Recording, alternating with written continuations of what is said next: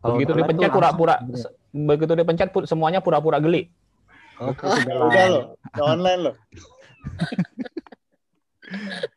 Oke, kita bakal on. 5, Sudah live. 4, Ya. 3, 2. Ya, mulai goyang. Astaga.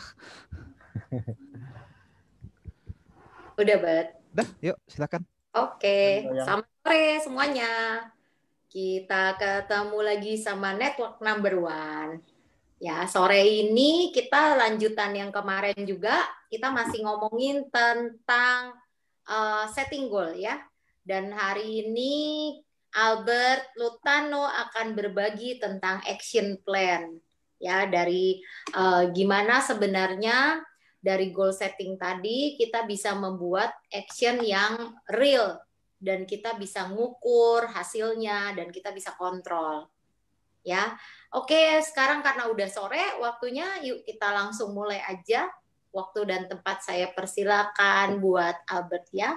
Yuk Bro Albert, silakan. Thank you, Cici Clara. Oke, teman-teman, selamat sore semua. Kita ketemu lagi hari ini hari apa? Hari Kamis ya hari ini ya. Seperti biasa setiap hari Kamis kita selalu akan bahas tentang mindset bisnis ya bersama Network Number One. Bagi teman-teman yang baru pertama kali yang mengikuti acara ini, sebagai pemberitahuan juga bahwa kegiatan kita, acara kita Daily Sharing Network Number One itu berlangsung seminggu 3 kali, setiap Selasa, Kamis, dan Sabtu ya. Kalau hari Selasa kita akan membahas sesuatu yang berkaitan dengan teknologi dan digital marketing. Kalau hari Kamis kita akan selalu membahas tentang mindset bisnis ya, berkaitan juga dengan marketing, sales juga kita akan bahas di hari Kamis. Sedangkan hari Sabtu kita akan bahas tentang bedah buku ya. Jadi kalau hari Sabtu teman-teman ada kebetulan lagi pengen baca buku apa nih, terus nggak punya waktu, ya boleh request ke saya ya. Saya akan sebisa mungkin mempersiapkan untuk bedah bukunya ya. Jadi secara nggak langsung teman-teman langsung bisa menangkap intisari dari sebuah buku tanpa harus teman-teman bersusah payah membaca ratusan halaman ya. Tinggal kasih ke saya aja. Saya usahakan saya bisa sajikan itu kepada teman-teman ya. Nah, hari ini secara khusus hari Kamis ini karena temanya mindset bisnis, kita akan melanjutkan tema yang sebelumnya yang sudah kita bahas selama 2 minggu terakhir tentang setting goal, tapi kali ini kita mulai masuk ke caranya ya, langkah-langkah praktisnya ya. Jadi kalau misalnya teman-teman hari ini punya sebuah goal, bagaimana caranya sebuah goal itu teman-teman akhirnya jabarkan menjadi sebuah action plan ya, menjadi sebuah rencana kerja. Karena apa teman-teman? Sebuah goal tanpa ada yang namanya action plan, tanpa ada rencana untuk eksekusi, ya udah itu hanya sekedar mimpi aja ya teman-teman, tidak akan jadi apa-apa. Oke, kita langsung masuk materinya teman-teman ya. Nah, jadi ini tentang action plan ya. Bagaimana cara kita supaya kita bisa membuat action plan atau rencana untuk eksekusi sebuah goal ya. Jadi ketika kita membuat action plan itu harus selalu dimulai dengan tujuan dan visi yang jelas, terutama apa yang ada dalam pikiran kita ya. Jadi harus tahu ya goalnya apa, tujuannya apa, visinya apa, dan yang paling penting kemudian adalah kenapa teman-teman harus bisa capai goal itu. Jadi alasan terkuat kenapa teman-teman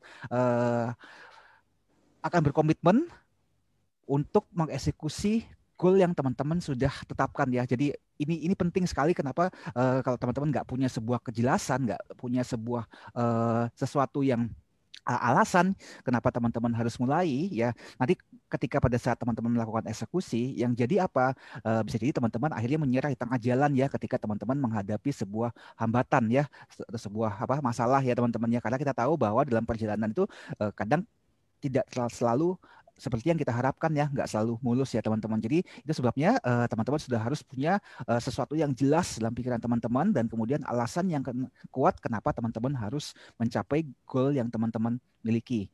Nah, kenapa juga teman-teman harus punya action plan ini? Karena action plan ini dirancang untuk membawa teman-teman dimanapun posisi teman-teman sekarang ini berada ya.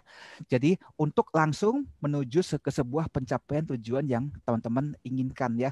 Nih kalau teman-teman lihat gambarnya ya, saya nggak tahu teman-teman sedang ada di posisi yang di mana sekarang ini ya. Dan saya percaya pasti setiap dari kita yang nonton acara ini pasti punya goal ya, punya impian, punya keinginan, ingin jadi apa, ingin capai apa ya. Ini juga sekarang sudah bulan Oktober ya, sebentar lagi sudah mulai berakhir.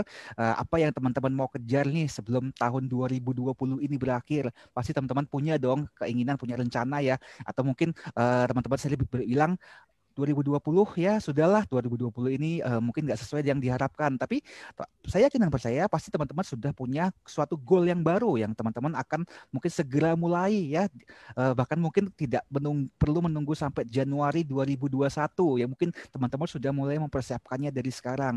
Nah ini ya teman-teman ya, kalau teman-teman perhatikan ya, yang namanya pencapaian kita ke goal ya, eksekusi kita kadang nggak selalu mudah ya, mungkin ya seperti orang ini ya, dia mendorong sebuah batu ya, sampai ini berat, begitu beratnya naik ke atas gunung ya, sampai akhirnya pada satu titik teman-teman akan menemukan sebuah momentum ya, yang mana udah kalau udah ketemu momentumnya ini udah kayak sebuah batu yang digulingkan dari atas gunung langsung meluncur ke bawah kepada goal yang teman-teman inginkan. Nah, setiap permulaan pasti selalu ada garis startnya teman-teman ya. Jadi kita mesti tahu juga teman-teman sekarang ini mulai dari startnya dari mana, dari kondisi yang seperti apa ya. Kondisi yang teman-teman sekarang ini mau apa, keadaan sekarang ini seperti apa, dan apa yang teman-teman ingin rubah ya, ingin teman-teman eksekusi sampai pada akhirnya teman-teman bisa mencapai goal yang teman-teman inginkan. Nah, gimana caranya teman-teman supaya teman-teman memiliki kejelasan ya di dalam pikiran ya, punya tahu apa yang teman-teman benar mau dan kenapa teman-teman harus capai. Nah, ini saya mengutip sebuah quote yang juga diambil dari sebuah buku ya, buku Seven Habits ya. Buku Seven Habits juga sempat kita bahas beberapa minggu yang lalu dari Dr. Stephen Covey. Nah, beliau selalu mengatakan, selalulah mulai dari akhir pikiran ya. Always begin with the end in the mind. Jadi teman-teman harus tahu, ketika teman-teman set up sebuah goal, ya teman-teman harus tahu endingnya itu mau jadi apa, endingnya itu akan seperti apa, kesuksesan seperti apa yang teman-teman inginkan ya, goal apa. Ketika teman-teman sudah sampai di sana, teman-teman akan menjadi seperti apa, seperti siapa. Itu sangat penting ya teman-teman ya. Nah ini ringkasan bagaimana teman-teman bisa membuat sebuah rencana kerja. Yang teman-teman harus lakukan adalah yang pertama, teman-teman harus membuat yang namanya purpose statement, yaitu adalah sebuah ringkasan singkat ya tentang apa yang ingin teman-teman capai ya, endingnya ya. Seperti tadi yang disampaikan sama si Stephen Covey adalah pada akhirnya teman-teman mau apa ini, mau capai apa, mau kemana, tujuannya apa. Ini teman-teman harus miliki purpose statement-nya ya. Nanti ini langkah-langkah ini akan saya jabarkan ke dalam study case ya. Jadi teman-teman langsung bisa melihat sendiri ya bagaimana prinsip-prinsip ini, semua yang ada di halaman ini ya, ini akan langsung dimasukkan ke dalam rencana kerja kita. Jadi ini saya jelaskan dulu untuk teorinya ya teman-teman ya. Nah yang kedua adalah envision future. Gambaran tentang apa yang terjadi ketika Anda berhasil mencapai apa yang Anda inginkan ya. Ini maksudnya apa? Perasaan apa yang teman-teman capai seandainya teman-teman sudah ada di tujuan, sudah mencapai apa yang teman-teman inginkan. Perasaan apa yang teman-teman rasakan? Sukacita kah? Gembira kah, atau mungkin teman-teman akan bersorak-sorai di sana atau yang apa ya. Jadi itu selalu seperti itu teman-teman. Jadi harus teman-teman tahu ya, kalau bisa teman-teman rasakan emosinya seperti apa ketika benar-benar teman-teman sudah bisa capai apa yang teman-teman inginkan. Nah, kemudian yang berikutnya adalah di sini teman-teman bisa menyisipkan yang namanya inspirasi quote ya, sebuah quote-quote yang berisi tentang kata-kata motivasi yang menginspirasi, yang tentunya nantinya ini akan bisa menyemangati diri Anda ya selama perjalanan Anda sampai menuju ke goal atau tujuan yang teman-teman sedang inginkan sekarang ini. Nah, kemudian current reality adalah kondisi sekarang. Kondisi sekarang di mana posisinya ya? Yang sekarang ini seperti apa? Nah, apa yang mau teman-teman rubah dari posisi yang sekarang sampai ke posisi yang nantinya sudah teman-teman inginkan. Nah, kemudian setelah itu barulah teman-teman mulai membuat specific action ya, langkah-langkah kerjanya, tahapan-tahapannya, apa yang teman-teman harus lakukan untuk teman-teman bisa mengubah kondisi yang sekarang menjadi kondisi atau mimpi atau goal yang teman-teman inginkan ya. Nah, yang berikutnya teman-teman juga harus membuat yang namanya timetable. Jadi di sini teman-teman harus tahu berapa lama teman-teman ingin mencapai goal yang teman-teman inginkan. Jadi jangan dibiarkan terbuka begitu aja. Misalnya saya pengen turun berat badan misalnya, teman-teman harus tetapkan goalnya mau berapa lama. Karena kalau teman-teman tanpa menggunakan timetable ini tidak ada waktunya, yang terjadi apa? Jadinya ya udah jadi suka-suka kan. Ya udah nanti saya mau capek syukur, mau enggak syukur. Itu kalau teman-teman nggak ada timetable-nya. Kemudian yang terakhir adalah paling penting di sini teman-teman harus melakukan yang namanya monitoring. Teman-teman harus pantau progresnya, yang apa yang teman-teman sedang kerjakan ya dari hari ke hari, bulan ke bulan dan tahun ke tahun. Nah, ini seperti apa? Nanti saya akan jabarkan ya di dalam study case ya, teman-teman, karena tanpa teman-teman melakukan monitoring ini ya teman-teman nggak akan tahu progresnya teman-teman sudah seperti apa, sudah sampai di mana, apakah teman-teman masih on the track nggak atau ternyata sudah melenceng nih dari tujuan yang teman-teman inginkan ya. Jadi tetap harus mau nggak mau, suka nggak suka, kita melakukan monitoring. Nah, ini saya langsung masuk study case. Tapi sebelumnya mungkin ada pertanyaan dari teman-teman atau ada yang mau kasih komentar? Boleh nggak kita ulang dikit? Boleh. Yang gambar aja yang paling awal. Ini. Awal lagi. Nah, ini. Kan ini sebenarnya kan kita berkali-kali sering ngomong ya. Menurut saya kalau begini mungkin akan lebih mudah daripada hanya baca tulisan kan. Nanti study case itu contoh case Albert harus ceritain deh. Pasti. Harus ceritain, gak usah dibacain, ceritain ya. Siap. Biar bisa merasakan ekspresinya Albert. Ya, jadi ini kan kalau kita lihat sebenarnya dalam menentukan goal, kita sering ngomong, bukan sekedar kita bilang, saya mau jadi sukses.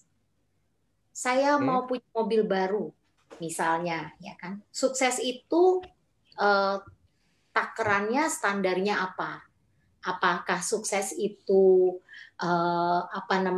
punya 1M, 10M, 15M, 25M, 100M, 1 triliun, atau 100 juta? Ya, setiap orang tuh punya standar kesuksesan yang berbeda. Dan menurut saya dalam perjalanan goal itu berkembang itu wajar. Ya kan? Pada saat karena setiap kita mencapai state tertentu, pasti kita akan ingin punya sesuatu yang lebih atau ingin punya cita-cita yang lebih, goal yang lebih besar. Benar nggak, Bet? Benar banget. Kan? Nah, jadi sebenarnya ini saya dulu pernah salah satu mentor saya dan juga Komite, juga mentor kita, sering bilang bahwa goal itu harus jelas, harus spesifik. Kita harus berani menentukan goal yang jelas sehingga kita bisa ukur beratnya seberapa, buat kita berapa lama mencapainya dan pakainya kendaraannya apa. Karena kan semua orang bisa bilang nih, saya ingin menjadi pengusaha terkenal. Oke, terkenal bukan berarti sebanding dengan kekayaannya loh. Kadang-kadang dia terkenal tapi belum tentu secara uang, mungkin dia banyak yang lebih gede dari dia tapi tidak lebih terkenal dari dia. Benar nggak, Bet? Betul banget. Ya, nah jadi itu harus jelas. Misalnya saya pakai standar saat ini siapa nih idola saya? Mungkin di masa sekarang dia adalah luar biasa. Tapi bisa ya 10 tahun lagi dia cuma legend, bener nggak? Yang sudah berganti orang, figur-figur seperti itu. Nah, misalnya kita harus berani mencontohkan, jadi bahkan ya ada banyak dalam perusahaan-perusahaan atau bahkan multi level ya, mereka selalu bilang goal itu harus jelas. Mau mobil baru, tipenya apa? Kalau perlu warnanya apa? Mereknya apa? Terus mau nyampainya kapan? Bener nggak, Bet? Betul. Biar bisa dihitung mundur, saya untuk dapat itu berapa lama, pakai cara apa, kendaraannya apa. Misalnya, saya sekarang punya warung bakmi, atau saya punya coffee shop. Oke, punya coffee shop, katakan saya mau beli mobil seharga yang sederhana, misalnya yang sedang-sedang 500 juta misalnya. Berapa lama ya saya ngumpulin keuntungan dari coffee shop saya sehingga dapat 500 juta? Di luar modal loh ya, ya kan? Ya kan? Jadi kita bisa tahu nih, 3 tahun deh. Lama amat ya 3 tahun. Ada cara lebih cepat nggak? Oke, caranya gimana nih? Harus di breakdown lagi jadi action plan yang tadi dibilang sama Albert tuh, ya kan? Yang dilihat nanti ada timetable-nya, ya kan? Kita tahu kapan. Tapi goal ini jelas dulu. Dan ini berapa lama? Goal itu ada yang deket, ada yang jauh. Ya kan, kalau dulu salah satu mentor saya juga pernah ngomong gini, harus ada grand design dalam hidupmu itu kamu mau mencapai apa? Ya kan, misalnya buat sebagian orang misalnya dia belum punya rumah sendiri, saya pengen punya rumah pertama saya mau beli dengan atau bangun dengan harga 5M misalnya. Ya oke. Mungkin kita belum tahu nih berapa ukurannya, tapi yang kecil-kecil dulu kita bikin untuk mencapai itu, benar nggak? Ya kan, terus saudaranya, saya mau pakai bisnis saya sendiri, saya mau kerja sama orang, saya mau ikut mungkin multi level atau perusahaan insurance atau apa, tapi harus ada tuh kendaraannya, sehingga kita bisa ngukur saya harus punya income berapa, dalam berapa lama, terus bagaimana cara melakukannya untuk mendapatkan income dan prestasi-prestasi tersebut. Nah, ini next, coba Bet yang berikutnya deh, Bet. Nah, ini mau lihat nih gunung ini nih, ya kan Abet tadi udah jelasin. Karena dalam perjalanannya, kalau kita nggak benar-benar, kenapa harus misalnya orang mau punya mobil? Mobilnya warnanya, mereknya. Kalau perlu dulu saya pernah ada yang bilang gini, duduk di dalamnya. Benar nggak, Bet? Betul. Rasakan rasanya kalau Emosinya. saya sudah memiliki. Sehingga itu yang kayak tiap hari terngiang-ngiang, saya bisa langsung rasain, aduh, tiap pagi bangun saya duduk di mobil ini, gitu kan? Atau di rumah baru, masuk ke tipe rumah, kan rumah contoh banyak, bener nggak? Betul. Ya kan, itu benar-benar visual dalam pikiran. Sehingga tiap malam, tiap pagi hanya itu yang bisa kita ingat, ya kan? Dalam hati dan dalam pikiran kita. Cuman, jadi kita termotivasi karena ini gunung ini tuh kita akan terus ketemu ya dalam perjalanan kan, naik turun naik turun naik. Ada momen-momen kayak gini, momentumnya dapet, terus dia mulai agak sedikit turun ya kan. Tapi nanti ada kesulitan, ada tantangan berikutnya, dia kan kayak gunung lagi naik ya kan. Nah itu terus jangan sampai kita lemes di tengah jalan. Kalau kita lemes, salah satu chargingnya ya inget-inget tadi tuh, aduh. Tapi kalau saya nyerah sekarang, gak jadi dong saya pasti dapat itu. Ya kan? Kalau saya nyoba lagi, siapa tahu bisa. Ya sama aja kayak cerita-cerita orang sukses ya, Bet ya. Betul. Yang siapa aja tuh, Bet, yang kita suka ngobrolin. Banyak. Thomas Alva Edison, terus yang KFC itu Colonel Sanders. Apa namanya KFC itu kan, Colonel Sanders itu kan, ya coba umurnya aja berapa dia? Ngegol baru dapat golnya dia, ya kan baru mencapai impian dia. Kalau dibilang kita ya masih jauh lah, kita masih punya kesempatan dan tenaga. Makanya sebenarnya semakin muda kita menyadari itu akan lebih baik karena kita lebih terarah. Terus juga kita punya energi juga lebih maksimal, ya kan? Masa kalah sama opa-opa ya, Bet ya? Yes, luar biasa loh itu sampai dia udah nggak ada, keturunannya pun menikmati ya kan, dan sampai sekarang juga kayak jadi legend kan. Sebenarnya bukan masalah berapa uang yang dia dapat ya, tapi perjalanan hidupnya sampai dia meraih kesuksesan itu yang belum tentu semua orang tuh bisa seperti itu. Ya ini karena ini kesadaran tentang ini. Kalau kita nggak cukup punya mimpi yang besar yang benar-benar akan membuat kita tergerak, kita nggak bakalan bisa nih ngelewatin ini. Kita akan mundur. Bolanya yang ada nimpa kita balik ya ke gulung pulang. Iya. Dan apa namanya, Komik juga sering kan kita ngomongin tentang hal ini. Makanya kadang banyak kita dengar, ya kita sambil ngobrol santai ya ini ya, Bet ya sebenarnya karena goal setting ini bisa dibilang hal yang serius, tapi juga bukan hal yang bukan kayak materi belajar ya. Nggak susah ya, juga kok sebetulnya. Kenapa? Nggak susah juga. Ya, bisa. Dan maksudnya setiap orang punya pengalaman yang berbeda-beda kan ya. Maksudnya kan cara kerja setiap orang juga beda, mindset setiap orang beda. Jadi kita juga berharap ini mungkin bukan satu-satunya cara yang kita ngomong ya kan. Tapi sebenarnya dalam buku motivasi apapun intinya sama. Caranya sama, hanya pembahasannya beda ya kan. Intinya bahwa ya goal itu harus jelas ya kan, sehingga kita punya motivasi yang cukup kuat untuk menggerakkan kita walaupun kayaknya nih gunung atau batunya tambah lama tambah berat, karena kita akan merasakan momen-momen itu di saat kayak ibarat kata baterai kita udah setengah lobet ya kan, tapi kok malah makin berat rasanya jalannya, tapi kita inget kayaknya nggak lama lagi gue nyampe, akhirnya selangkah ternyata kita bisa sampai. Nah itu yang sebenarnya mungkin membedakan kenapa orang bisa sukses sama yang nggak sukses atau belum sukses ya kan, karena apa, mereka punya willpower yang besar ya, Betul. bisa dibilang. Betul banget. Terus yang berikutnya apa tadi tuh gambarnya Bet yang abis ini? Yang berikutnya sebentar, kok mendadak ngeheng nih. Langkah ya, yang lah. Iya. Sebentar, mendadak ngeheng nih, nggak tahu kenapa. Dah, oke. Sorry. Ya. Ini soalnya komputernya mau ikut belajar. Iya, nih start. Nah, Kita ada di segera start sekarang. Kita mesti tahu kita mulai dari posisi apa sekarang. Betul, startnya di mana? Apakah dalam perjalanan misalnya kita mencapai 10 M itu kita sudah ada di 1 M atau malah zero? Ya kan? Nah, itu kita mesti tahu, karena kalau itu akan menentukan action kita ya, Bet ya. Betul. Sehingga kita juga akan bisa ngukur itu waktunya jadi berapa lama. Kita harus sadar dengan kemampuan dan juga kapasitas kita. Juga jangan bikin mimpi yang kayak impossible untuk kita wujudkan ya, bukan berarti terus nggak boleh. Kan, katanya mimpi itu sesuatu yang namanya juga mimpi, gratis gitu ya, bisa diwujudkan, bisa ya, tapi kan harus make sense juga ya gitu kan. Betul. Tiba-tiba di zaman begini terus saya mau jadi Kolonel Sanders, terus abis itu bisa saya wujudkan dalam 5 tahun. Kita bengong pasti ya kan. Terus produknya apa? Ayam goreng juga gitu ya kan. Nah itu kan, itu sesuatu yang kita mesti ukur ya kan. Nah terus berikutnya setelah ini apa ya Bet ya tadi ya? Nah ini kita mesti tahu endingnya. Kita mau akhirnya mau jadi apa kita?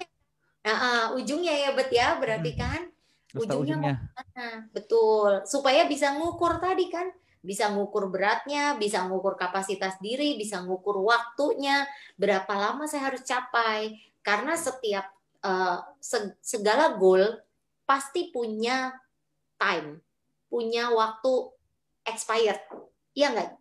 Betul. Nah, setuju nggak? Yang dimaksud expired tuh apa? Kalau dalam kantor, kalau dalam organisasi tertentu, prestasi itu kan pasti ada tenggak waktunya. Ya kan? Jadi kita harus sadar tuh dengan tenggak waktu itu. Atau bahkan kita sendiri, misalnya sekarang usia kita 30 tahun misalnya. Saya mau punya rumah sendiri. Kapan? Expirednya tuh kapan? Targetnya tuh kapan? Misalnya sebelum umur 40. Oh ya udah, terus berarti kita ngukur dong, sisa waktu saya ini cuma berapa? Berarti saya harus berapa kali lipat kerjanya untuk bisa secepat itu mewujudkan, ya kan?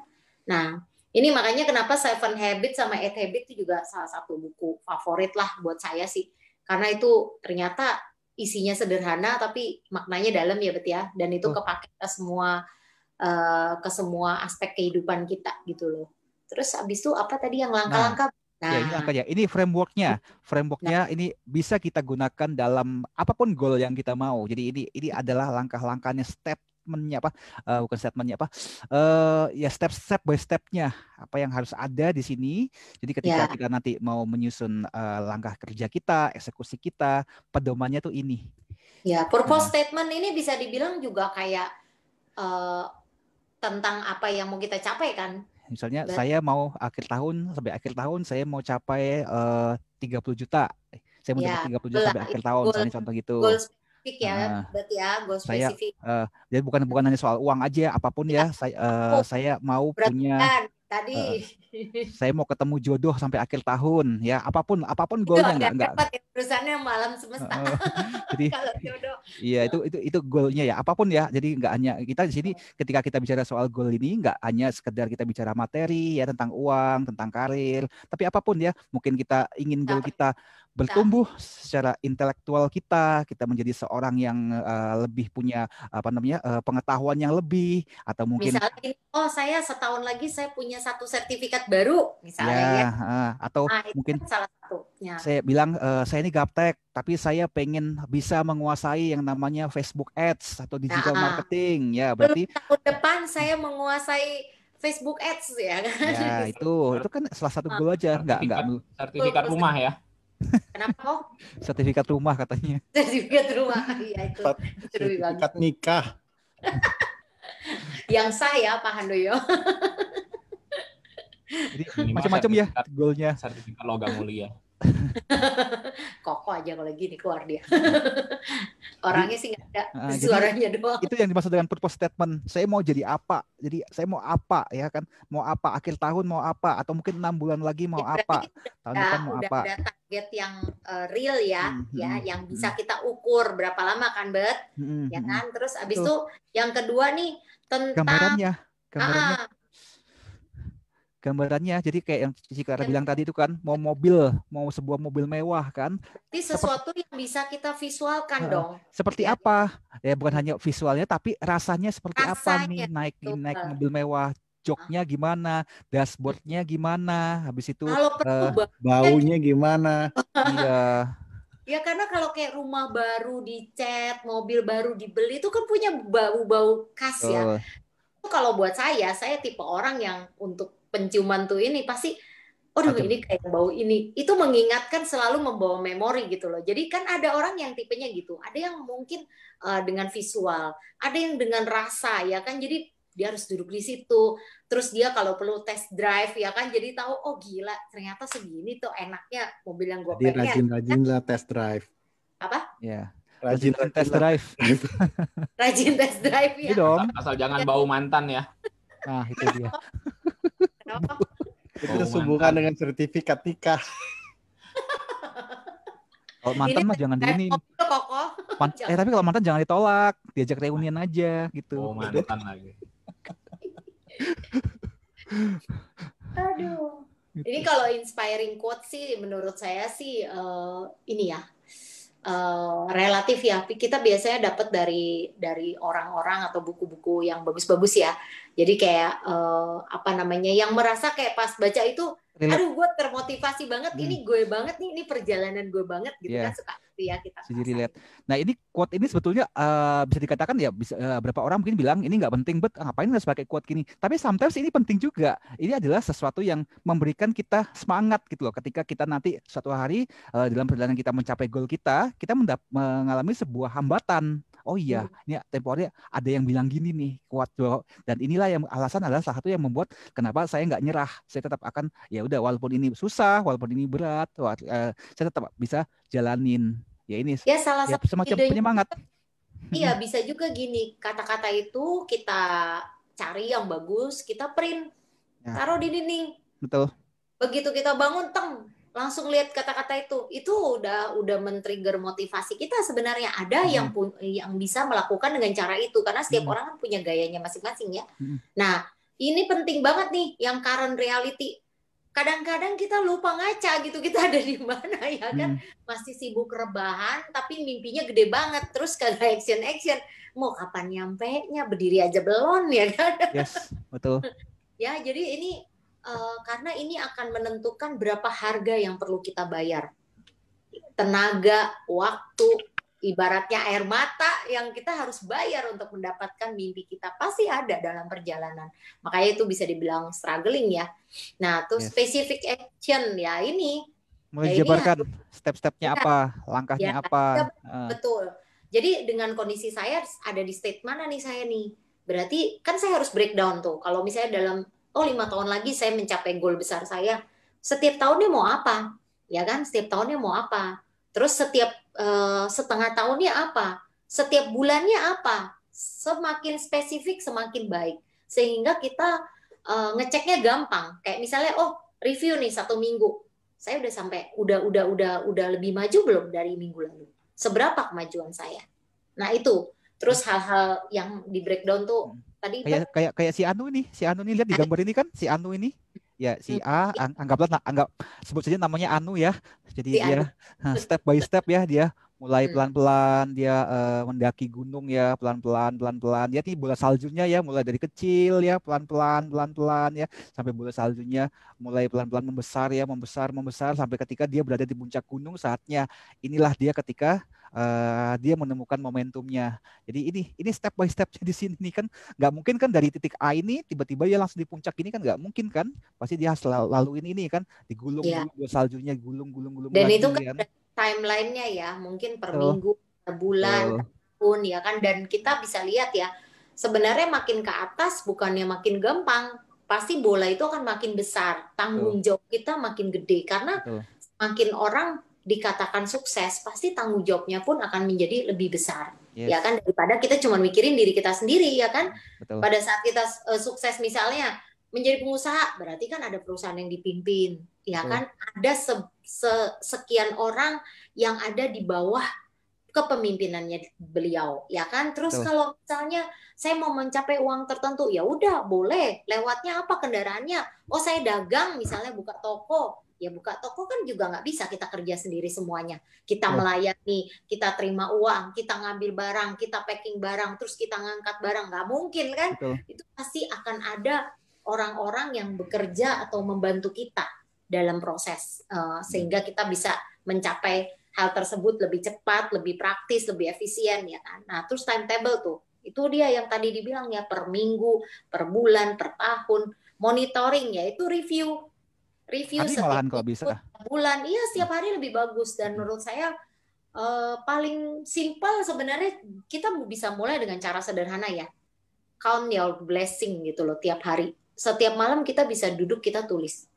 Hari ini kita merasa kita punya berkat apa. Itu nggak hanya pencapaian.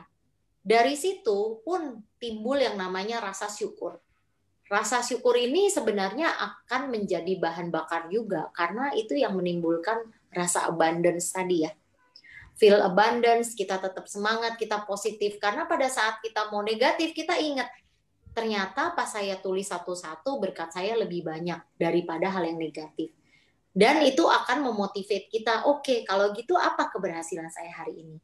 Ya kan, walaupun kecil, yaitu kan hal-hal sederhana, itu kita boleh tulis, karena semua berangkat dari bola yang kecil-kecil tadi kan, yang ukurannya belum kelihatan di awal.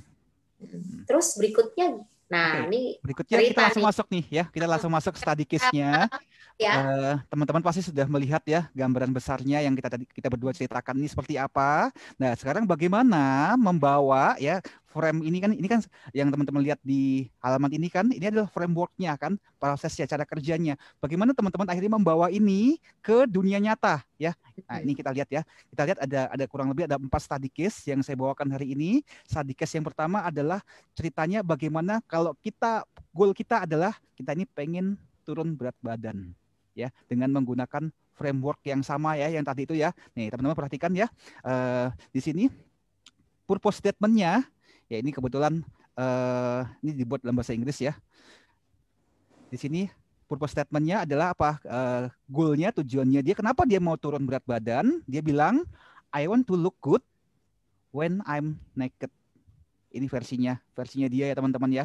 Jadi saya ingin kelihatan badan saya bagus ketika saya sedang telanjang ya. Boleh-boleh aja, sah-sah aja ya teman-teman ya. Setiap orang kan punya goalnya masing-masing, punya bayangannya masing-masing ya. Tapi mungkin ada lagi yang bilang, saya mau turun berat badan supaya saya lebih sehat ya, badan saya lebih ringan, nafas saya nggak ngos-ngosan, jadi lebih fit ya. Macam-macam ya teman-teman ya. Nah, ini purpose statement yang harus ditulis ya, sesuai dengan framework yang ada. Terus kemudian envision future, bayangannya apa ketika dia sudah turun berat badan ya. Kita misalnya contoh kita sudah turun berat badan. Misalnya contohnya yang di sini adalah I look younger and fit and awesome. Saya terlihat lebih muda, terlihat lebih fit dan kelihatan apa ya? Terlihat luar biasa ya. Terus my health system increasing ya. Sistem kesehatan saya, tubuh saya itu meningkat ya. Jadi jauh lebih sehat, lebih bugar ya, seperti itu ya.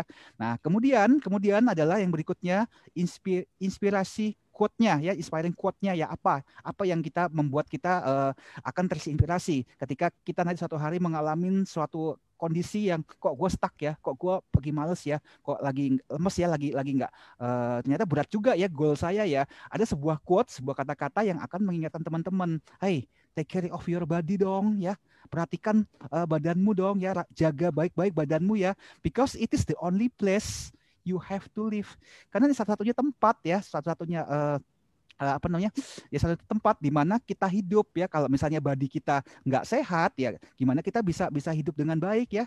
Jadi ini adalah sebuah quote, sebuah inspiring quote yang akan selalu mengingatkan kita kalau kita lagi males ya, misalnya umpama kita lagi nggak mau olahraga, atau mungkin kita makan tiba-tiba nggak ikutin schedule makan kita dengan baik ya, makan sembarangan ya. Nah ini akan menjadi pengingat kita ya.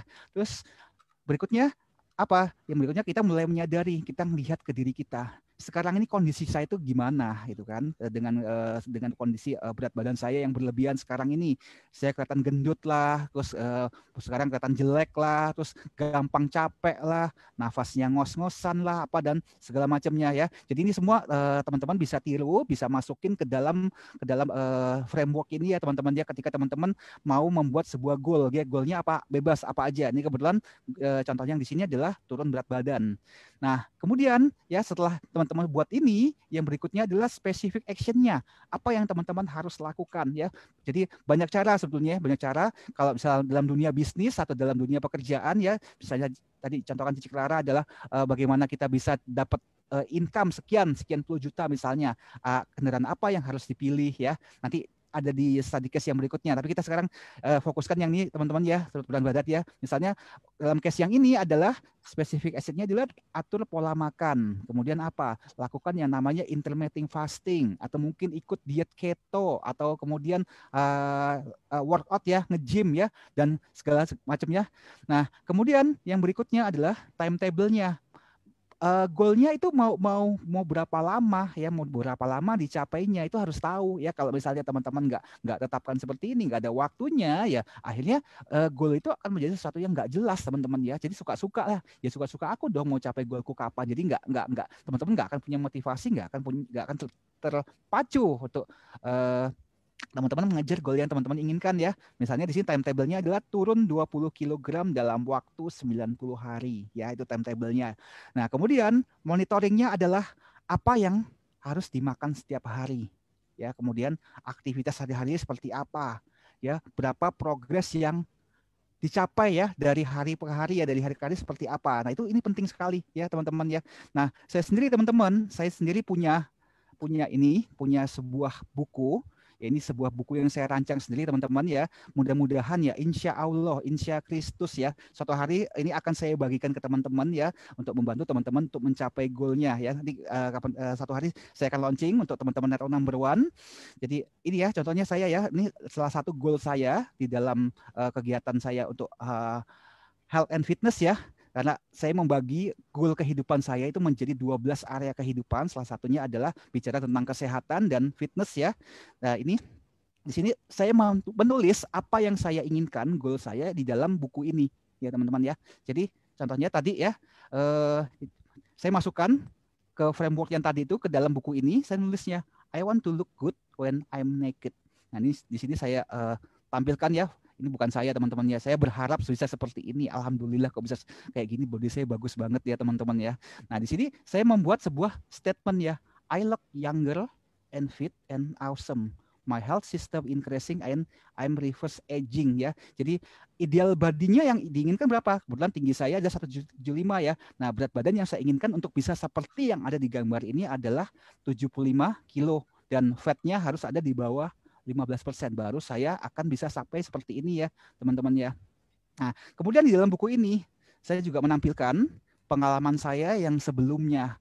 Nah kenapa saya mencantumkan ini? Ini adalah pengingat saya bahwa saya pernah dalam kondisi yang seperti ini ya, berat badan saya 115 kilo, terus sudah sempat turun 85 kilo. Ini akan jadi pengingat saya bahwa saya pernah lakukan ini dan berhasil.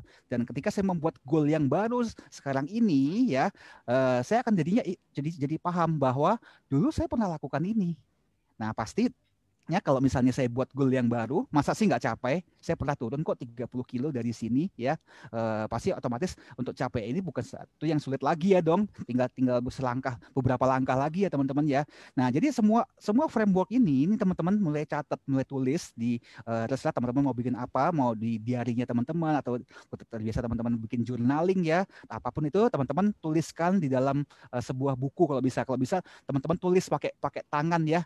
Jangan diketik karena kalau teman-teman tulis itu akan teman-teman kan ngerasa feel-nya ya. Jadi otak dan gerak tangan ya. Jadi apa yang teman-teman pikirkan itu yang akan teman-teman wujudkan melalui tulisan yang teman-teman buat. Sekarang mungkin baru gambar, baru sekedar tulisan, tapi percayailah bahwa apa yang teman-teman sedang tuliskan ini suatu hari teman-teman akan sampai di sana. Jadi itu penting teman-teman ya. Teman-teman harus punya journaling atau diary yang seperti ini ya. Nah, kemudian, setelah kita punya ini ya, ini kan goal ya, adalah sebuah mimpi ya, sebuah keinginan kita mau jadi apa ya, statementnya sudah ada, terus kemudian kita tahu bahwa ketika kita sampai di sana kita akan seperti apa ya, goalnya seperti apa, body yang ideal seperti apa, sudah ada quote-nya. Nah, ini kemudian kita akan terjemahkan menjadi sebuah rencana kerja, strateginya ya. Nah, strateginya apa? Strategi action plan ya. Di sini saya menulis di sini untuk saya bisa mencapai goal saya turun berat badan di berat badan yang ideal, six pack seperti yang digambar itu inilah strategi yang saya buat. Yang pertama adalah saya akan melakukan yang namanya intermittent fasting dengan jendela 6 jam. Ya, buat teman-teman yang tahu soal ini ya pasti paham ya. 6 jam berarti artinya 18 jam puasa, 6 jam di area makannya teman-teman ya. Terus kemudian strategi yang berikutnya yang saya buat adalah apa yang saya makan adalah tidak boleh ada unsur karbohidratnya, nggak boleh ada unsur gulanya. Apa itu? Nasi, roti, mie, ya, minuman-minuman yang manis ya, ice cream ya, itu saya mesti hilangkan dalam menu keseharian saya. Nah, ini adalah bagian dari strategi saya. Nah, kemudian setelah itu apa? Kegiatan workout-nya, olahraganya, apa yang saya lakukan ya. Karena terus terang, kalau ini versi saya ya teman-teman ya, saya bukan orang yang suka nge-gym ya, paling nggak tahu ngerasa gimana ya, kok kayak misalnya umpama treadmill ya, saya kok berasa kalau lagi treadmill itu kayak berasa kayak ini hamster teman-teman ya, teman-teman tahu hamster ya, yang pelihara hamster di rumah. Hamster itu kan suka dikasih wheel ya, apa namanya, roda ya teman-teman, jadi dia lari di situ di lingkaran itu. Jadi bayangan saya kalau misalnya saya lagi treadmill kok bayangannya kok saya kayak jadi hamster ya, lari-lari sendirian gitu, nggak jelas gitu kan. Jadi ininya sudah saya nggak suka yang namanya nge-gym gitu teman-teman. Jadi tapi saya tahu bahwa saya harus berubah, saya harus tetap olahraga. Jadi saya ganti aktivitasnya. Instead saya nge-gym, saya lakukan yang lain ya. Yang saya lakukan adalah workout. Workoutnya apa? Saya memilih untuk naik sepeda pagi hari 5 kilo ya. 5 kilo itu nggak jauh teman-teman, hanya sekitar 20 menit. Kemudian jalan kaki ya 5 km setiap malam ya. 5 km juga nggak terlalu lama, sekitar 40 menit ya. Dimana kalau misalnya saya jalan ya tiap malam seperti ini, sekaligus saya bisa berpikir ya, saya suka cari inspirasi sambil jalan kaki ya teman-teman ya.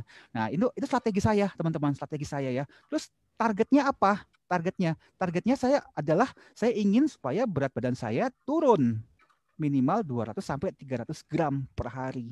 Ya, dari mana angka ini teman-teman didapatkan? Ini dari pengalaman yang saya sudah jalankan sebelumnya. Saya tahu bahwa setiap kali saya melakukan ini akan ada progres 200 sampai 300 gram. Asal strategi dan action plan yang 3 ini saya jalankan. Kalau misalnya ini tidak dijalankan ya sudah berantakan semua, pasti kacau semua ya teman-teman ya. Nah, setelah saya tahu ini, akhirnya saya bisa menghitung ya berapa timetable-nya ya, berapa berat badan yang saya akan turunkan setiap bulannya ya. Kalau misalnya turun sekitar 300 gram sehari, 30 hari ya kurang lebih sekitar ya 7 sampai 9 kilo ya per bulan. Dan itu masih masuk akal ya teman-teman ya. Jadi saya ambil tengah-tengahnya 7,5 kilo sebulan. Artinya kalau misalnya saya konsisten melakukan seperti yang strategi yang saya lakukan ini, dalam waktu 4 bulan berat saya pasti turun sekitar 30 kilo. Ya, ini teman-teman ya. Jadi saya breakdown semua rencana saya, strategi saya breakdown seperti ini.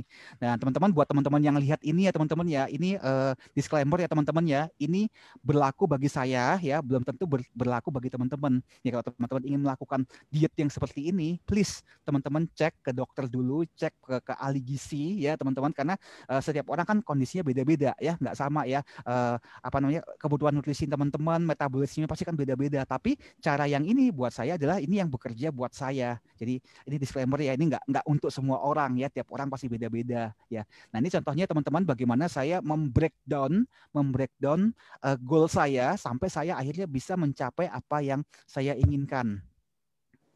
Nah kemudian ya dari strategi ini ya, tadi kan sudah tahu ya, misalnya contohnya nomor 2 ya, saya harus makan, mengurangi karbo, mengurangi gula ya. Nah terus pertanyaannya sekarang apa? Kalau misalnya hanya begini doang ya, nggak ada menu makanannya, ya sama aja bohong ya kan. Akhirnya apa? Kemudian di langkah berikutnya saya melakukan yang namanya monitoring teman-teman, monitoring setiap hari. Saya tahu bahwa saya nggak boleh nyentuh karbo, saya nggak boleh nyentuh yang manis-manis ya. Nah jadinya apa nih? Daging mercon. Daging mercon. Nah, ini contoh saya teman-teman, bagaimana saya memonitoring progres saya sehari-hari, teman-teman. Jadi saya bisa tahu ya kan bahwa saya tahu saya sedang melakukan yang namanya kemajuan ya, dan saya tahu bahwa saya on the track. Kalau saya tidak membuat monitoring seperti ini, saya jadi nggak tahu teman-teman. Dan ketika saya membuat seperti ini, ketika saya sharing kepada orang lain, saya lakukan ini loh, saya bisa turun berat badan 6-7 kilo loh sebulan. Caranya gimana gitu? Kamu makannya apa? Nah saya bisa memberikan dengan detail, ini loh cara aku. Ya mungkin cocok buat kamu. Itu anyway itu apa? Jadi ini siang makan enak, sore makan ya karena ini ya ini contoh sih, contoh karena ini kan ini tinggalnya di restoran ya, tiap hari bisa gantiin menu. Gojek ini mana menu makanannya. Susah banget dimasaknya. Oh ini beli bukan ini beli jajan ya ini ya berarti. Ini praktis soalnya ya daripada apa namanya, kalau masak sendiri ya butuh waktu lah, udah nggak sempet kan, ini tinggal beli kan di warung sebelah, di warung mana kan yang di kompleks rumah ada jual makanan ini, jadi ini menu saya. Snacknya jus bayam pakai nanas. Iya dong, jus bayam kan gampang, tinggal beli bayam di tukang sayur, kadang suka lewat kan, terus ada nanas nggak? Ya udah bayam sama nanas, ya udah kupas sendiri. Atau mentah ya Bet ya? Mentah. Oh. Itu enak loh. Ini kesukaan saya. Belum pernah nyoba saya, boleh coba. Saya. Kue lapis 5 potong, waduh. Iya karena kue lapis ya. Banyak. Kue lapis itu apa, lemak? Ya kan saya lagi kejar lemaknya. Banyak amat tuh cemilan kue lapis sampai 5. Aduh, kawan nih. Nah, di sini juga kan saya masukin juga yang saya nge-cheat ya. Misalnya contohnya di sini ada martabak manis ya. Di sini saya tahu saya lagi cheating nih, ya kan, harusnya saya nggak boleh nyentuh manis nih, tapi saya makan martabak manis. Jadi apapun yang saya lakukan di sini ya, walaupun mungkin nggak sesuai dengan strategi, saya masukin, ya kan, karena saya sadar saya juga manusia biasa gitu kan, ya cheat sekali makanan enak ya. Hanya mau Indomie sekali-sekali boleh lah gitu kan. Nah kalau teman-teman perhatikan di sini monitoring ini kan, kalau siang ini kan nggak ada nasinya kan. Nah kecuali ada nasi ya. Kalau misalnya makan Padang, saya beli ke Padang, ke masakan Padang, kan kalau nggak pakai nasi kan aneh rasanya kan. Jadi ya asin. Cuma makan itunya doang, lauknya doang, kok rasanya gimana gitu kok kayak. Itu gado-gado nggak pakai ketupat juga? Nggak pakai ketupat. Wah, mana kenyang kau? Kenyang. Keren. Nah, saya sih kayak gak kenyang tuh. Ini tanpa, sudah dibuktikan kok. Ini Komik juga lihat sendiri kok. Pernah kok waktu kita makan bareng sama Komik sampai bingung lihat saya. Lo kok makannya cuma gitu doang? Oh iya, gitu doang. Tapi ini cukup. Saya dosanya cukup kan. Jadi kalau misalnya cheat ada makan nasi, ya udah nggak apa-apa, tulis aja. Nah, tapi paling nggak kita sadar gitu loh kan. Wow, ini berarti kita udah masuk nasi nih. Berarti karbo masuk nih. Nah, tapi nggak apa-apa. Kita tulis aja. Paling nggak kita tahu. Nah, menu makan malam ya ini kalau di daerah kompleks saya ya cuma ini yang jualan sih, yang lain-lainnya saya bosen sih makanannya ya. Paling itu berat badan itu pada saat habis makan itu gitu ditimbang tiap pagi kan intermittent fasting. Saya jam makan saya kan jam 2 sekarang udah 4 jam 2 sampai jam 6 sore Jadi cuma 4 jam. Kalau kemarin kan jam 12 sampai jam 6 kan 6 jam kan. Jadi pertama kali makan jam 12 siang. Setelah saya makan, terakhir makan tuh jam 6 sore. Setelah itu udah nggak makan apa-apa lagi, hanya paling minum ya kan. Kalau lapar minum air jahe ya kan, atau minum teh lah gitu kan. Itu lumayan bisa bikin kenyang sih. Bukan ngomong. air keran kan yang penting. Nah, karena sih saya tahu kenapa nggak boleh ada karbo. Air jamu rapet singset. Karena karbo dan gula itu bikin craving, bikin rasa lapar, pengen lapar. Iya. Saya mau nggak mau saya hilangkan dari sini. Nah ini kalau menu-menu ini kayak ketoprak kan ada apa ketupatnya, itu saya nggak mau biasanya. Saya pokoknya yang saya biasa beli dia udah tahu kayak biasa ya mas gitu kan, dia udah tahu bahwa saya pesannya nggak ada ketupat, lebih banyak tahu, terus lebih banyak tahu dan toge biasanya. Ketupatnya hilang, mihunnya hilang biasanya. Dia udah tahu pokoknya. Biar apa? Kan karbo, kan mihun kan karbo, sama ketupat kan karbo. Toge biar apa? Toge biar subur. Iya kan itu kan standarnya dari sononya. Badannya Aduh. subur. Nah itu. Terus, Itu siapa yang masakin tuh semua? Nah makanya dibilang Beli. jajan kajen. Jajan mahal banget itu. Makanya saya tadi nanya, ini tinggal di restoran ya. agak ketoprak 15.000, ayam goreng Coba hitung sama, berapa hari tuh? ini belinya Sebulan di warteg. aja. Ini belinya di warteg. Nah iya itu sebulan 30 kali 15.000 baru makan malam. Coba makan siang hitung lagi. Melin apa? Terus snacknya lagi. Emang segitu ya? Iya, coba kau hitung. Snackmu itu Aduh. ada. Wah ini malamnya Masak makan. aja di rumah. Itu tergantung dia lagi di rumah siapa. Oh iya Nah, betul. Itu Di lagi. rumah yang punya restoran kayaknya ini mah.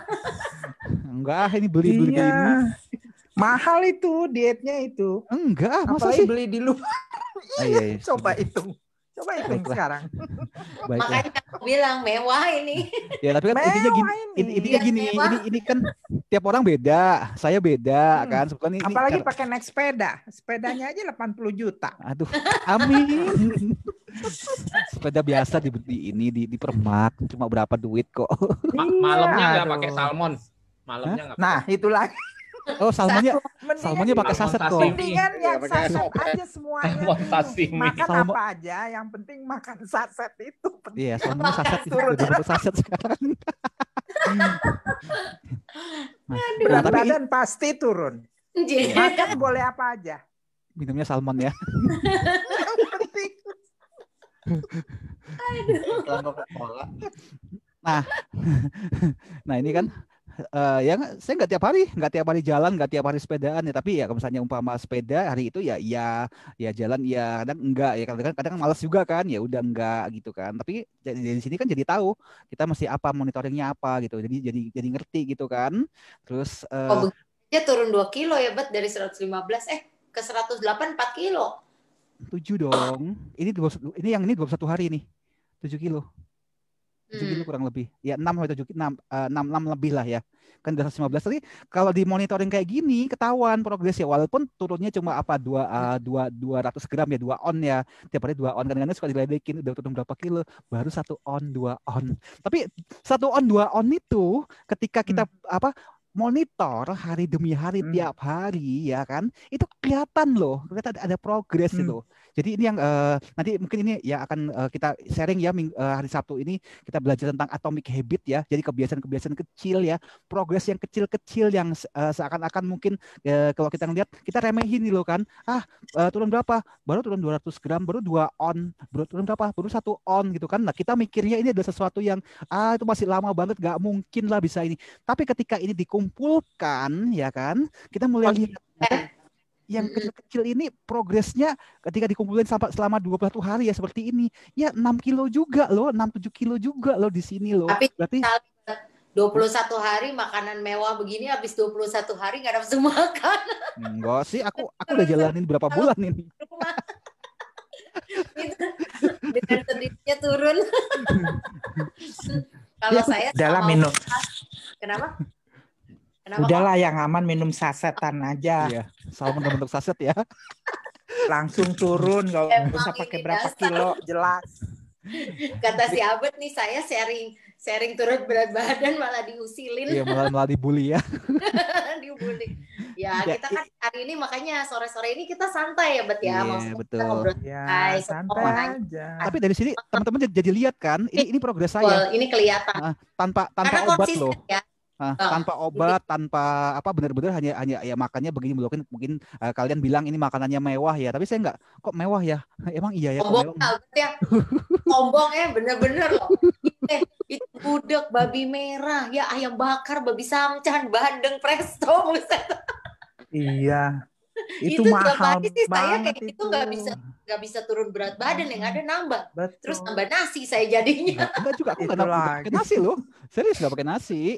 Aduh, kalau saya kayaknya tengah malam jam 12 tuh Komik juga tahu tuh. Ntar bisa tiba-tiba di WA lagi makan. Nah, tapi ini progres ini ya, ini seru loh. Kalau kita nggak pernah monitor yang gini, nggak pernah pantau Ya. kayak gini, kita nggak tahu kita make progress ya kan. Bahkan bilang, oh ya turun cuma 2 on. Ya cuma 2 on, masih lama lah. Goal lu berapa? Goal lu 30 kilo. Cuma 2 on. Nah kita pikir anggap itu remeh gitu. Padahal 2 on itu progres. Hei, progres itu. Naik satu bulan naik 10 kilo bisa. Bisa, gampang. Turun 10 kilo pun pasti bisa. Intinya itu aja. Iya. Bisa, pasti bisa turun. Cuman sekarang komit apa enggak? Betul. Makanya Iya kan? ini penting banget kita lakukan monitoring seperti ini. Sekecil apapun progresnya, even mungkin ada hari-hari yang dimana saya mungkin nggak turun ya, beratnya sama aja ada kok ini. Nih kayak misalnya tanggal 8 nih ya, 113,5, turunnya cuma 1 on nih ya kan. Nah kebetulan karena apa? Karena mungkin karena saya makannya banyak ya, gado-gado dua porsi. Puyung hainya itu ya benar-benar puyung hai yang gede itu. Gila, kayaknya. Bisa dimakan 4 orang, saya makan sendiri mungkin ya. Itu jadi minyaknya sih itu yang ya, bikin. tapi ya kalau misalnya keto kan nyarinya itu minyak, terus terang ini beda-beda ya teman-teman ya, jangan 100% ditiru juga. Ini yang works buat saya gitu kan. Makanya ini saya monitoring, jadi saya bisa share, saya kasih tahu ini yang saya lakukan yang membuat saya berhasil begini kan. Soalnya pernah ada yang nuduh tempo hari, kok kamu bisa cepat banget kurusnya gini, kamu minum obat ya gitu, kamu sedot lemak ya. Sedot lemak gundul. Sejak kapan sedot lemak? Kagak. Kamu habis sakit ya? Sedot lemak ribet banget. Terus dia bilang, kamu sampai sakit ya? Sakit apa? Kamu bisa kurus lagi. Sakit hati kayaknya, betul. Patah hati pasti turun.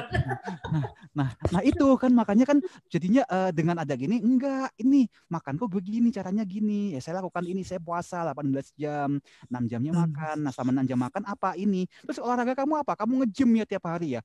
Langsung dituduh kayak itu. Enggak, aku enggak suka nge-gym. Kan udah kasih tahu kan, suruh treadmill aja aku berasa udah kayak hamster kan. Gimana ini? Enggak, ini yang aku lakukan kan, jalan kaki. Ya udah jalan kaki. Ya monitoringnya pakai apa? Kok bisa tahu 5 kilo? Saya pakai ini. Saya pakai jam. Ya ini jam juga teman-teman bisa cari ya, ini murah ya teman-teman, jadi nggak mesti mahal. Ini juga jam bisa monitoring detak jantung ya, jalan berapa lama, berapa langkah ya. Ini 100 ribuan juga teman-teman bisa dapat sekarang di Tokopedia, Shopee. Ya ini murah ya teman-teman ya. Jadi dengan ada kayak gini, teman-teman bisa tahu, bisa monitoring apa yang teman-teman lakukan setiap hari gitu loh kan. Nah ini ya, ini yang pertama teman-teman ya, study case-nya yang pertama ya. Jadi ini gimana caranya kita, ini langsung saya bukain ya, ini tentang saya ya, bagaimana saya mengeksekusi goal saya, apa yang saya inginkan menjadi sebuah rencana kerja, rencana action. Dan kemudian setelah rencana kerja itu sudah ada, apa yang saya lakukan sehari-hari, saya monitoring ya satu persatu dengan demikian detailnya.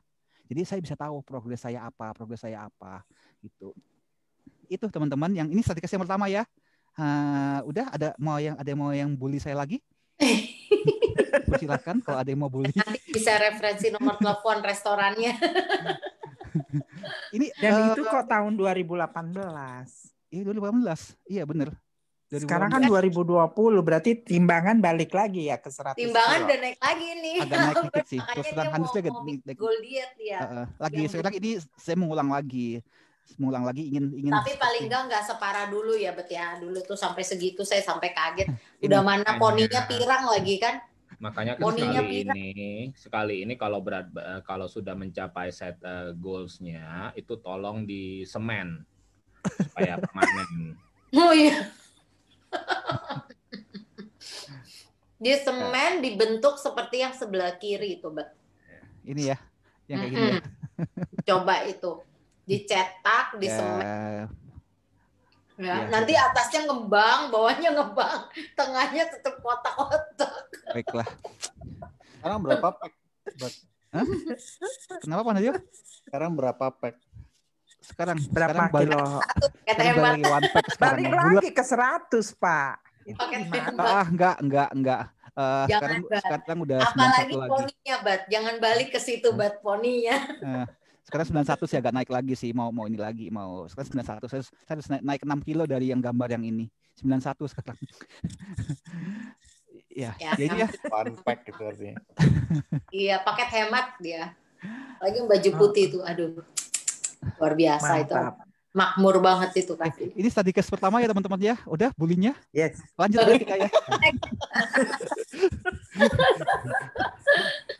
Oke, ini study case yang kedua ya. Study case kedua ini mungkin ada impian bagi banyak orang ya. Kita bicara soal income ya. Tentu saja mungkin ya goalnya teman-teman pasti beda-beda ya. Enggak sama. Ini juga bukan goal saya ya. Ini contoh ya. Ada seseorang yang punya goal, dia pengen punya income 50 juta sebulan ya teman-teman ya. Ini tentu saja teman-teman beda ya. Mungkin bagi teman-teman ada yang bilang, oh income 10 juta atau income 5 juta aja udah cukup buat saya, nggak perlu sampai 50 juta. Tapi kalau misalnya ada beberapa orang yang ngomong goal ini kepada Bill Gates ya, income 50 juta per bulan ini udah diketawain sama dia ya. Dia bisa dapat mungkin 1 triliun, 2 triliun sebulan ya. Goal kayak gini mau terlalu kecil buat dia. Jadi sekali lagi ini tiap orang beda-beda ya. Ini contoh karena ini saya pakai angka 50 juta ini karena average yang kebanyakan diinginkan orang terutama di Jakarta ini ya, orang yang tinggal di Jakarta ini income 50 juta itu suatu angka yang apa namanya, yang istilahnya wah ini kalau bisa capai ini hidup gua agak tenang lah kan, bisa bayar cicilan, bisa bayar yang lain-lain ya. Ini contoh ya teman-teman ya. Jadi seseorang ini dia bilang dia harus tulis ya purpose statement-nya ya, saya ingin punya income 50 juta per bulan. Ya ini harusnya ada tambahan lagi ya, time-nya kapan ya. Saya bilang mau capai ini dalam waktu 1 tahun ya misalnya. Ini harus ditambahkan ya time-nya di sini ya. Nah kemudian dia mulai menjabarkan ya, ketika dia suatu hari bisa mencapai income 50 juta ya, seperti apa keadaannya, perasaan apa yang keluar ya, apa yang terjadi dengan hidupnya ketika nanti dia sudah capai income-nya yang 50 juta sebulan ini. Nah, di sini tulisnya adalah dengan saya punya income 50 juta, saya nggak lagi pusing dengan biaya hidup dan biaya keluarga. Ya, saya bisa fokus untuk berkarya dan membangun komunitas. Ini contoh ya teman-teman ya. Bisa teman-teman sesuaikan sendiri dengan keinginan teman-teman ya. Apa ya? Misalnya umpama punya income 50 juta, oh setiap bulan saya bisa traveling ya, keliling Indonesia ya, keliling Jawa atau whatever yang teman-teman inginkan ya. Jadi sudah ada bayangannya ketika teman-teman sudah capai di sana sampai di sana, ya seperti apa hidup yang teman-teman akan alami. Senangkah, bersukacitalah, atau malah kurang kalau 50 juta ya, itu berarti goalnya kurang besar seperti itu. Terus kemudian inspiring quote-nya ini saya sedikit typo ya di sini ya. Inspiring quote-nya bisa bebas, teman-teman bisa bikin apa aja ya. Misalnya umpama sebuah kehidupan yang bahagia atau apapun ya, itu yang akan mengingatkan teman-teman kalau misalnya teman-teman ketika dalam perjalanan mencapai 50 juta ini ya teman-teman menghadapi sebuah masalah. Jadi ini bebas ya inspiring quote-nya ya, bisa apa aja. Terus setelah itu apa yang teman-teman lakukan? Teman-teman nyadarin kondisi sekarang seperti apa nih. Ini contohnya yang saya buat di sini adalah lagi bokek nih, lagi nggak punya duit, selalu kekurangan uang tiap bulan. Baru tengah bulan duit udah habis ya, misalnya contohnya seperti itu. Kemudian apa? Kondisinya lagi banyak utang, misalnya contohnya seperti itu. Nah, kemudian baru kita bergerak ke berikutnya. Specific action-nya apa nih? Supaya teman-teman bisa punya income 50 juta sebulan ya.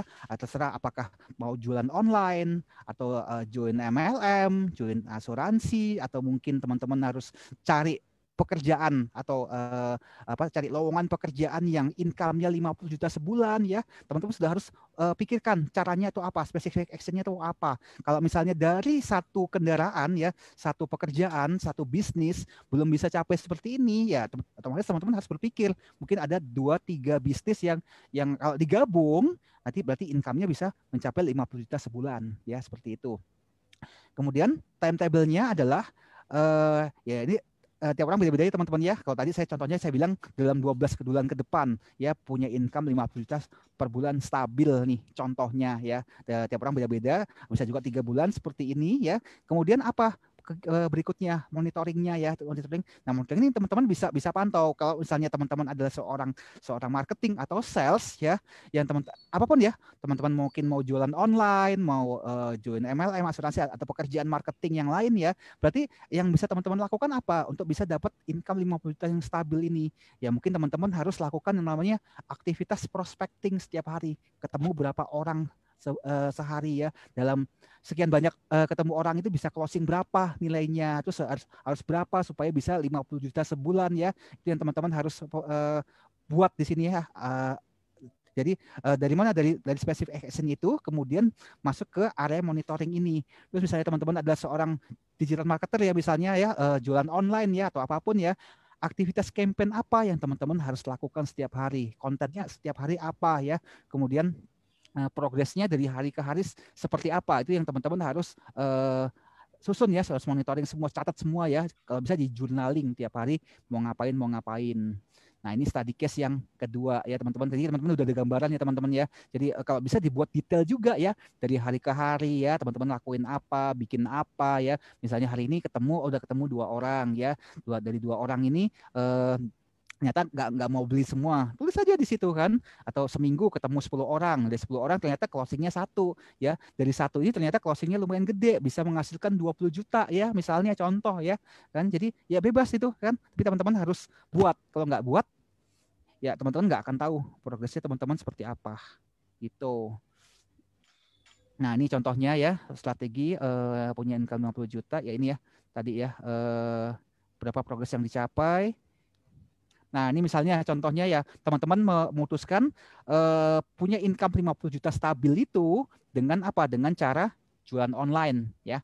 Kalau teman-teman memutuskan actionnya itu jualan online adalah, nah di sini mesti tahu apa yang teman-teman jual, siapa marketnya, platform apa yang digunakan, kemudian promosi apa yang dilakukan. Nah kalau misalnya produknya baru dijual, pertanyaannya adalah gimana caranya bisa dapat customer pertama. Dari customer pertama baru setelah itu teman-teman bisa ke pertanyaan yang berikutnya. Bagaimana bisa mendapatkan profit 50 juta sebulan? Harus jual berapa banyak? Ya ini teman-teman breakdown semua di sini ya. Action plan-nya, specific action-nya ya. Misalnya per produk teman-teman dapat profit 100.000 ya. Berarti dalam 1 bulan harus jual 500 produk atau kurang lebih sehari harus jual 20 produk ya. Jadi ini caranya menjabarkannya seperti itu ya teman-teman ya. Atau teman-teman memutuskan action plan-nya adalah, oh saya mau join MLM.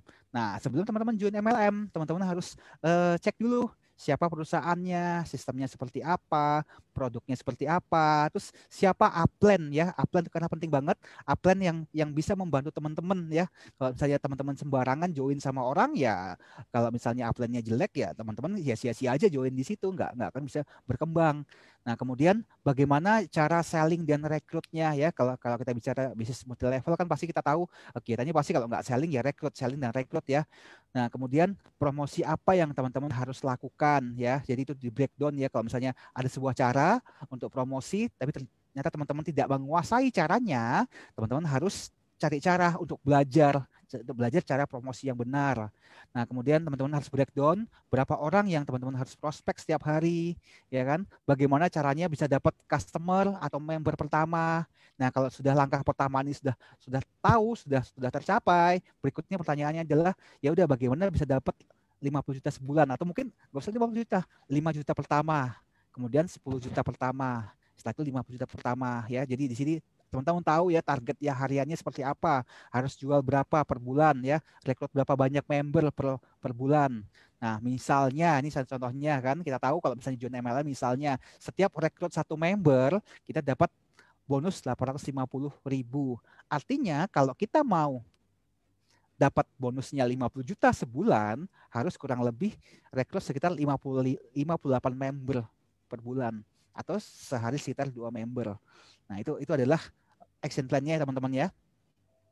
Berikutnya sama ya teman-teman, kalau misalnya teman-teman memutuskan kendaraan yang saya pilih adalah saya mau join asuransi nih, ya sama seperti tadi ya, teman-teman saya tahu dulu perusahaannya apa, sistemnya seperti apa, produknya seperti apa, leadernya siapa ya. Ini persis sama kayak kalau teman-teman join ke MLM ya. Terus kemudian teman-teman harus promosi seperti apa, berapa orang yang harus diprospek, cara dapetin nasabah pertama, agen pertama seperti apa, terus bisa dapetin 50 juta seperti apa, ya mesti detail, mesti tahu ya. Misalnya contohnya, katakan teman-teman jualan polis asuransi misalnya, premi 1 juta sebulan, dapatnya 200.000 sehari, ya apa 200.000 per polis yang masuk ya teman-teman. Artinya teman-teman harus closing kurang lebih 250 nasabah tiap bulan atau kurang lebih 10 nasabah sehari. Ini contohnya teman-teman ya.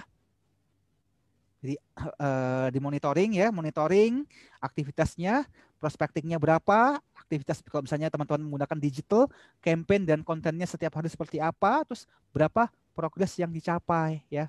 Misalnya tadi ya, goalnya teman-teman adalah hasil yang diinginkan adalah jual 20 produk sehari atau closing 2 member sehari, closing 10 nasabah per hari ya. Contohnya ini ya.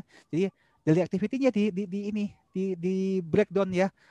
Teman-teman mesti gimana promosi di berbagai marketplace misalnya teman-teman jualan online tadi ya, atau mungkin harus cari influencer atau iklan Facebook, iklan Instagram, bikin funnel, email marketing dan lain-lain sebagainya teman-teman ya. Tadi contohnya misalnya teman-teman mau closing 2 member sehari, artinya sehari harus harus prospek 10 member sehari. Kalau teman-teman mau bilang saya mau closing 10 nasabah sehari, ya artinya sehari harus prospek kurang lebih 50 nasabah supaya hasil yang teman-teman inginkan bisa tercapai ya. Seperti itu ya, di monitoring detail ya satu persatu seperti ini. Nah, kemudian ini yang kedua, udah ada pertanyaan dulu nggak mungkin? Sebenarnya ini contohnya berarti teknis ya, Bet ya. Teknis. Lumayan Ya, teknis. jadi ini strateginya memang harus kita bedakan di setiap bidang, maksudnya jenis kendaraan yang mau kita pakai apa, ya kan? Karena itu pasti semua itu bisa kita ukur, walaupun memang hasil terakhir tidak ada yang pasti ya. Betul. Dan misalnya kita dagang, target kita sih satu hari jualan 20 barang gitu kan, tapi itu kan target. Betul. Nah, kalau misalnya nggak mencapai gimana? Itu juga kita harus pikir loh. Misalnya gini, kita terlalu banyak tidak mencapai, berarti apakah saya akan menunggu sehingga target saya goalnya menjadi mundur, atau saya mencari alternatif lain supaya bisa double income misalnya? Itu juga bisa, ya kan? Terutama buat orang-orang yang misalnya dia kerja di kantor, terus waktunya itu nggak setiap hari lembur, ya kan? Jadi mungkin setiap pulang sore dia bisa ngurus mungkin dagang online, ya kan? Jadi reseller, atau mungkin dia ikut MLM, atau dia agent asuransi, ya double agent ya jadinya, ya kan? Atau misalnya kalau dia misalnya dia dagang gitu ya, dia buka toko, tapi jam 5 udah tutup. Misalnya kan ada tempat-tempat tertentu yang memang kayak di dalam gedung gitu, mereka punya peraturan, misalnya apalagi kayak PSBB gini, jam 5 udah harus bubar. Berarti kan punya waktu lebih tuh. Setelah jam 5 mungkin sambil perjalanan pulang gimana. Jadi intinya sebenarnya tergantung goalnya kita tuh apa. Jadi kadang-kadang kan ada orang yang misalnya goalnya saya uang. Karena buat kasus saya, yang bisa menyelesaikan banyak masalah saya adalah uang. Ya, carilah yang terbanyak, kendaraan tercepat apa, yang paling praktis dan paling bukan paling mudah ya, karena tidak ada yang mudah ya, semua pasti perlu capek lah ya, tapi yang paling masuk akal untuk saya lakukan, walaupun belum saya jalanin, saya bisa lihat ini possibility-nya lebih besar misalnya gitu. Atau misalnya kalau dagang dengan kondisi seperti ini, apalagi ya kita kan harus realistis ya kan, supaya bisa mengukur ya kan kemungkinan possibility untuk itu bisa tercapai. Misalnya keadaan kayak gini, saya mau memulai bisnis yang baru, apakah itu saat yang tepat? Dengan bisnis yang baru berarti dengan percepatan kondisi ekonomi yang seperti sekarang yang sangat-sangat menjadi rendah dibandingkan sebelumnya. Kapan kita bisa balik modal? Bagaimana kita mau dapat untung bersih sekian? Kalau balik modal aja kita nggak tahu kapan, bener ya? Ya kan? Jadi karena kan kalau kita mau mulai bisnis sendiri, misalnya kita buka kafe, buka toko, itu kan perlu modal juga. Sedangkan kalau tujuannya uang, sebisa mungkin kita mengeluarkan modal sesedikit mungkin, bener nggak? Ya kan? Ekonomi ya. Iya Ekonomi. betul dong, pasti harus. Apalagi kita punya jangka waktu. Kalau dalam sekian tahun saya nggak mencapai, wah ini saya bisa masalah nih. Bisa masalah rumah tangga, bisa masalah keluarga, atau saya memang harus nyekolahin adik saya, kan bisa juga. Ya kan kondisi Betul. setiap orang itu tidak akan sama. Sebenarnya itu akan bisa juga menjadi satu goal sih. Daripada kita berpikir goal yang besar-besar ya kan. Misalnya, aduh saat ini saya harus bantu orang tua untuk membantu menyekolahkan adik saya 2 orang misalnya kayak gitu. Goal terdekat adalah supaya mereka selesai tepat waktu dan tercukupi biayanya. Berapa nih setahun saya butuh? Per bulan saya harus keluar berapa untuk biaya dia sehari-hari. Nah, itu juga salah satu contoh lah ya goal sederhana. Atau misalnya oke, udah selesai nggak ada adik atau kakak yang perlu dibantu tapi masih punya orang tua.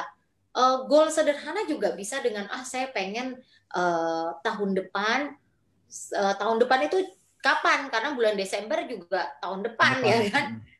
Misalnya Januari saya mau tiap bulan saya bisa kasih 50 juta ke orang tua saya misalnya, ya kan. Terus saya harus pikir dong, uangnya dari mana nih? Apakah dengan kondisi kerjaan atau bisnis yang saya lakukan sekarang ini cukup? Kalau misalnya enggak, saya ekstranya cari dari mana? Nah, itu juga termasuk cara memikirkan goal ini ya. Jadi goal itu enggak semata-mata cuman kayak satu kita belum punya apa-apa atau apa. Karena dalam kehidupan kadang-kadang tiba-tiba kita punya mimpi yang baru ya dalam perjalanan kayak kok tadinya mungkin pada saat kita melihat kayaknya orang tua saya kemarin baik-baik aja ya. Tapi tiba-tiba sekarang mulai ngelihat kok mereka kayaknya butuh support ya dari saya. Mungkin kemarin kondisinya saudara masih ngumpul, semua satu kota bisa saling support. Terus mulai terpisah-pisah negara dan sebagainya, udah mungkin sebagian support berkurang. Kan itu kita udah juga harus memikirkan ya. Kadang-kadang ada, atau tiba-tiba ada keluarga yang sakit, yang ibarat kata butuh support dana. Itu kan juga kita mesti mikir, dari mana uangnya. Ya kan? Jadi goal-goal ini sebenarnya kita juga bisa kategoriin. Dulu pernah saya pernah dapat salah satu cara juga itu kita harus kelompok-kelompokin. Apakah goal ini adalah tentang keluarga atau tentang diri sendiri atau apa? Karena itu akan menjadi ini tambahan ya Betia, maksudnya kayak gini. Kalau misalnya goal kita memang mostly adalah tentang keluarga, berarti dalam keluarga harus beres. Ya kan? Ingat nggak kata-kata itu? Ya kan? Nah, jadi kita itu juga introspeksi. Supaya apa?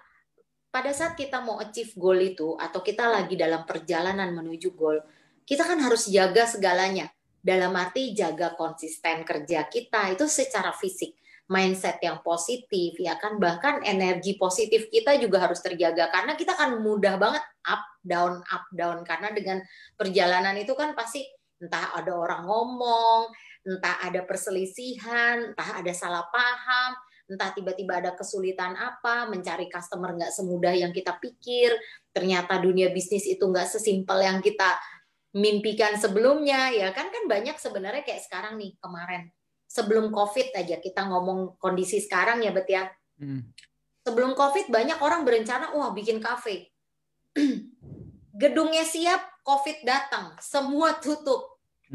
Itu makanya banyak sekali orang stres dengan kondisi sekarang. Dan saya juga baru hari ini juga mendapatkan kabar dari salah satu teman tiba-tiba WA, aduh gimana ini suami gua kena PHK, anaknya masih baby, masih balita lah. Itu saya cuman gini ya, maksudnya kita udah nggak mikir lah, lu mau apa nggak mau gitu ya. Kalau kita bisa kayak misalnya ya kita nggak tahu ya, orang tuh background kan macam-macam, ada yang mungkin agent asuransi, ada yang mungkin punya bisnis MLM, atau dia ikut join MLM, ya kan bisa juga pemilik bisnis MLM ya kan, atau misalnya kita bikin dagang online gitu, orang macam-macam. Waktu itu yang cuman saya pikir cuman apa, wah kena juga nih teman saya, baru kemarin teman saya yang kena, sekarang suaminya teman saya, artinya kan pencari nafkah utama sebenarnya, karena saat ini pencari nafkah utama si suami. Itu bayangin, saya tahu lah bagaimana strugglingnya mereka. Jadi kayak tiba-tiba itu, wah ini gimana ya? Oke lah 3 bulan ke depan kita bisa hidup, 6 bulan ke depan bisa hidup. Lebih dari itu gimana? Ya kan? Nah, sekarang kan tinggal orang mau apa nggak mau. Nah, kita juga harus mikir tuh tadi tuh state-nya kita ada di mana. Starting point kita di mana. Kalau yang tadinya tiba-tiba kita punya segala sesuatu, tiba-tiba diambil, entah kena PHK, entah tiba-tiba bisnis harus tutup, ya kan? Itu kan berarti kita harus punya backup plan. Atau tiba-tiba kita harus switching mindset kita, gue harus mulai sesuatu yang baru. Tapi apa? Dengan kondisi cepat, tidak terlalu banyak keluar modal, tapi saya bisa menghasilkan uang. Memang terus terang aja, itu paling mudah adalah menjadi reseller, join sama MLM, jadi agent asuransi. Kenapa? Itu paling nggak begitu banyak modal, betul nggak? Ya, sama ya klien kan? online, dropshipping juga bisa. Iya, reseller lah, intinya reseller, benar nggak? Ya kan? Nah, jadi sebenarnya di saat seperti ini yang dituntut adalah kreativitas. Betul. Bagaimana caranya prinsip ekonomi tadi kita keluar sesedikit mungkin dapatnya lebih banyak, ya kan? Betul. Nah, tapi dengan cara yang halal, ya kan? Karena kita mau semua hasilnya juga maksimal. Nah, ikut-ikut kayak gini lah, kita sering ngobrol, kita sharing. Sebenarnya ini kan bisa saling memberikan masukan ya, Bet ya. Nah, makanya kan menyangkut tentang goal tadi, salah satu cara adalah belajar online, dagang online dan sebagainya. Itu nanti Albert akan bikin kelas di besok ya, Bet ya? 23-24 ya, 23-24 besok siang ya. Iya. Jadi maksudnya mungkin kadang-kadang saat ini kita belum butuh, tapi kita nggak pernah tahu keadaan. Dan bisa aja mungkin bukan kita yang butuh, tapi ada teman kita atau keluarga kita yang butuh. Nah ini ya, jadi ya kalau ngomong belajar di mana aja bisa.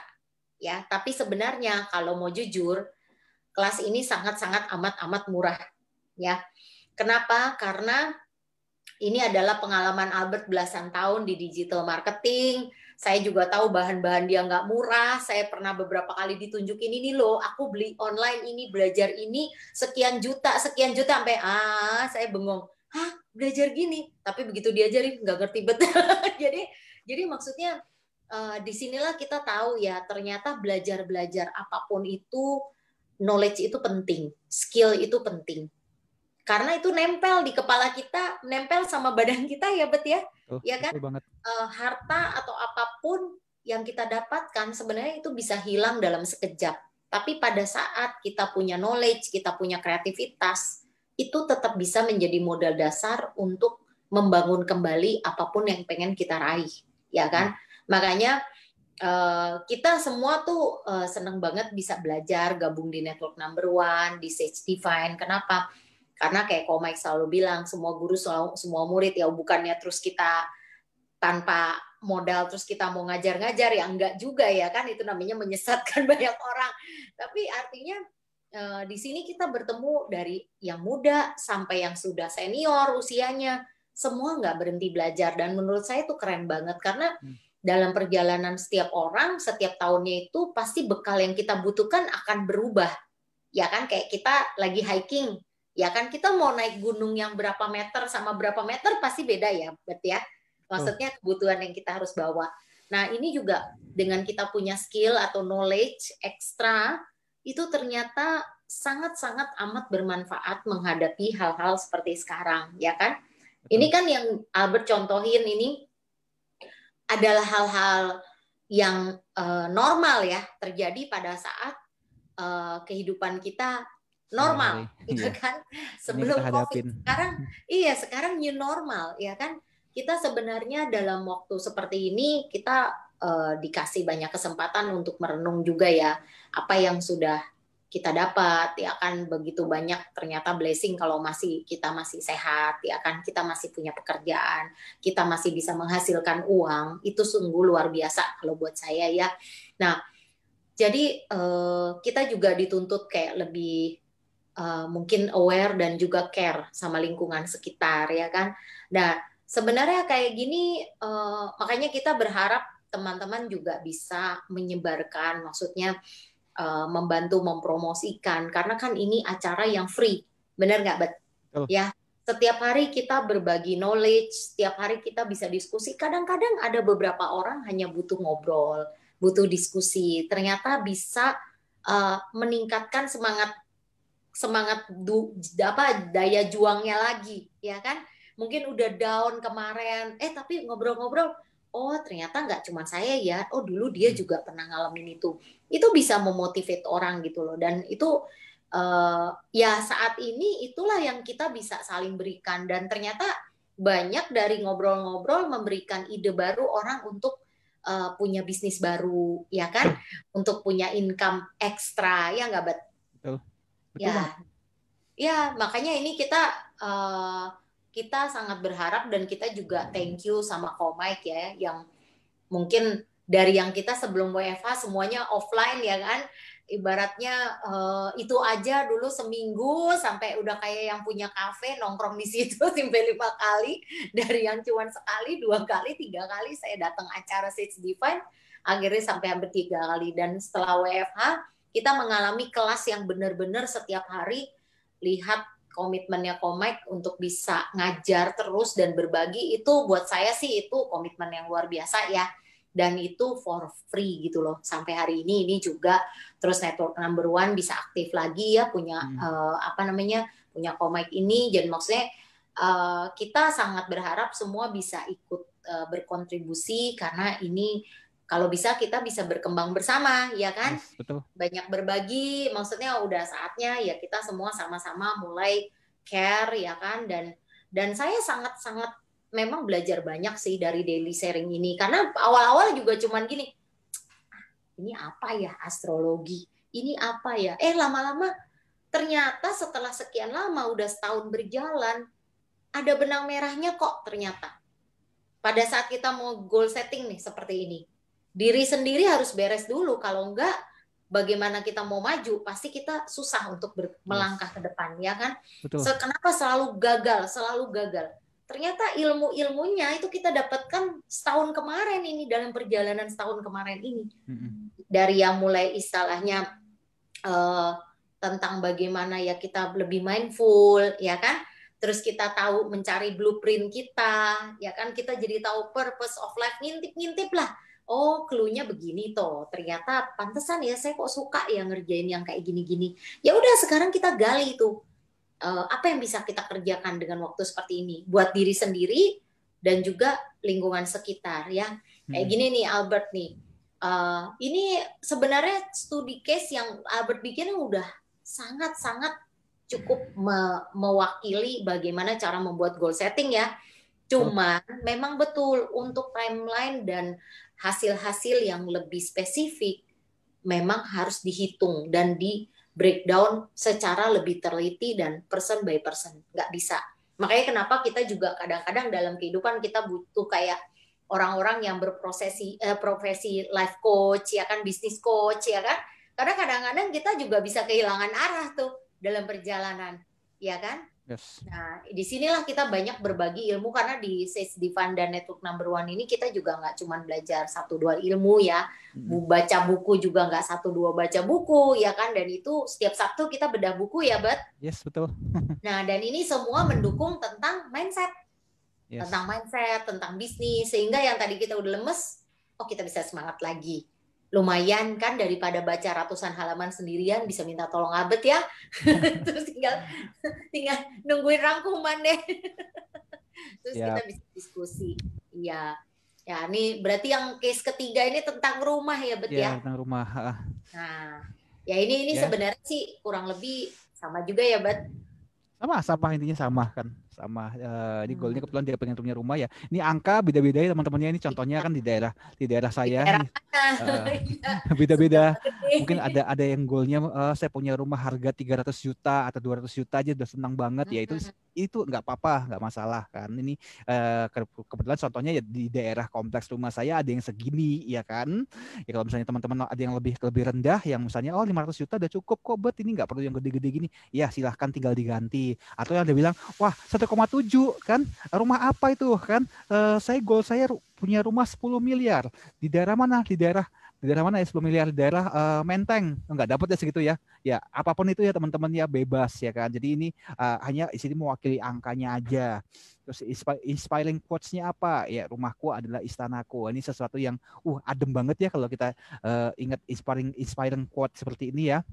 Nah, keadaan sekarang gimana? Oh, belum punya rumah sendiri, masih selalu jadi kontraktor kan, atau masih tinggal di Pondok Mertua Indah misalnya, contohnya, ya kan? Nah, terus kemudian apa yang mesti dilakukan? Specific actionnya, ya mulai nabung dong. Pertama dulu ya, tahap pertama dulu yang gampang dulu ya kan, cari DP-nya dulu ya kalau kita mau nggak punya duitnya penuh ya, kita nggak punya duit 1,7 ya, misalnya terlalu gede ya, berarti kita boleh berpikir bahwa oh ya ajuin KPR dulu ya, berarti harus ada DP-nya dulu. Nah, kemudian ya step berikutnya apa? Ya berarti harus punya DP. DP-nya berapa? DP 1,7 kan kurang lebih DP-nya berapa tuh? Kalau misalnya kita bilang 20% ya, sekitar 350 juta ya kurang lebihnya kan. Berarti itu berapa lama kita bisa capai ya? Misalnya umpama 24 bulan, 2 tahun dari sekarang. Nah, kemudian kalau kita sudah bisa punya DP, yang berikutnya apa? Nyicilnya gimana berikutnya? Artinya kita harus punya yang namanya kelayakan kredit dong kan. Bank harus tahu kita punya income. Kalau bank nggak tahu kita punya income ya gimana dia bisa kasih kita kredit ya kan. Itu tahapannya seperti itu teman-teman ya. Harus yang realistis dalam hal ini ya. Punya DP nggak punya kemampuan untuk nyicil ya sama aja bohong kalau kayak gitu kan. Nah, kemudian monitoringnya adalah berapa yang bisa saya saving setiap bulan. Kalau misalnya kita mau ambil KPR ya, mau ambil kredit kan. Terus kemudian penghasilan yang saya miliki sekarang berapa besar untuk saya bisa nyicil ya. Itu tahapannya teman-teman ya. Baru setelah itu, nah teman-teman langsung breakdown misalnya tadi kan harga rumah 1,7 ya, DP-nya 350 juta ya, kan 20% ya. Ini angkanya beda-beda ya teman-teman ya, tergantung teman-teman sendiri mau taruh angka seperti apa. Nah, kemudian di sini saya menggunakan kalkulator KPR ya. Ini banyak teman-teman tinggal Google aja. Ternyata kalau misalnya DP-nya 3,5, kalau misalnya mau cicil selama 20 tahun, ketemu angkanya 10,5 di sini. Nah, di sini kita jadi tahu kan, bank akan memberikan kita kredit adalah maksimal 1/3 dari penghasilannya kita. Artinya kalau kita mau ada cicilan seperti ini 10,5, artinya penghasilan kita harus 3 kali lipatnya seperti ini, atau paling enggak 5 kali lipatnya kalau memang mau aman ya teman-teman ya, seperti itu ya. Jadi di sini akhirnya teman-teman tahu apa yang harus teman-teman lakukan di sini. Nah, kemudian specific action-nya apa? Ya udah tahap pertama dulu nabung DP dulu. Terus kemudian berikutnya persiapkan penghasilan untuk kita bisa bayar cicilan. Ya teman-teman ya, ini contohnya di sini. Nah, actionnya apa? Untuk bisa punya DP 350 juta dalam 24 bulan, artinya harus nabung 14,6 juta. Untuk bisa punya income untuk nyicil berikutnya, artinya harus punya income minimal 50 juta. Terus tanya lagi, gimana caranya bisa punya income 50 juta? Ya, silahkan teman-teman putar ulang video ini ya. Itu adalah case study yang nomor 2 yang tadi itu teman-teman. Diulang aja seperti itu. Nah, itu caranya. Ya, ini harus realistis kan, makanya dibilang kalau sekarang jobless terus pengen punya rumah 1,7, bayarnya pakai apa? Pakai mimpi? Nggak bisa. Jadi harus mimpi gratis tapi harus nggak bisa realistis, bayar. Harus realistis juga kalau seperti ini ya teman-teman ya. Iya. Begitu. Jadi ini ya harus realistis, kita juga harus bisa diukur. Langkah-langkahnya apa harus tahu juga. Kalau nggak tahu langkah-langkahnya, nggak tahu step-step ini ya akhirnya udah hanya mimpi aja gitu ya teman-teman ya. Mimpi ya betul. Nah, ini terakhir ya, study case yang keempat ya. Misalnya umpama mau resign nih, goalnya adalah mau resign terus mulai bisnis sendiri ya, seperti itu ya. Nah, berarti purpose statement yang kita bikin adalah saya ingin resign dari kantor dan punya bisnis sendiri. Nah, envision future-nya adalah apa? Ketika teman-teman sudah bisa resign dan punya bisnis sendiri adalah teman-teman menjadi seorang entrepreneur yang punya kebebasan waktu, financial, dengan mengerjakan apa yang teman-teman sukai. Inspiring quote-nya sengaja saya kosongin, tapi bisa apa aja teman-temannya, sesuatu yang quote-quote yang bisa menyemangati teman-teman untuk menuju ke goal-nya teman-teman ini ya. Nah, kemudian karena realitinya apa? Oh, sekarang masih kerja sama orang, nggak punya kebebasan waktu. Gaji sih gede sih, 50 juta ya, tapi masih kerja sama orang. Ini misalnya, contohnya seperti itu. Nah, kemudian berikutnya, specific action-nya apa? Adalah bangun sebuah bisnis yang bisa menghasilkan income minimal sama dengan gaji sebelumnya. Ya dong, ya kan? Kalau misalnya umpama nggak dapat segini, ya ngapain juga kan? Bisnis sendiri lebih aman kan? Punya kebebasan finansial. Iya. tetap aja sama dong kan. Nah, kemudian baru disusun timetable-nya, rencana resign-nya mau berapa lama. Nggak bisa teman-teman langsung, punya rencana seperti ini, punya mimpi seperti ini, langsung resign bulan depan. Nah, Ya habis kan? itu nggak menghasilkan bisnisnya, habis itu frustasi deh. Pasti, ya kan. Jadi harus realistik juga, harus masuk akal juga. Pengamannya tuh masih ada ya. Terus kemudian monitoringnya apa? Monitoringnya adalah mulai bikin, bukan monitoring ya, ini action plan-nya ya. Mulai direncanakan bisnisnya apa yang dijual ya, marketnya siapa, itu produknya ya. Terus harus pakai platform apa, promosinya apa ya kan, cara dapat customer pertama gimana, terus bisa dapat 50 juta per bulan tuh gimana, harus jual berapa banyak.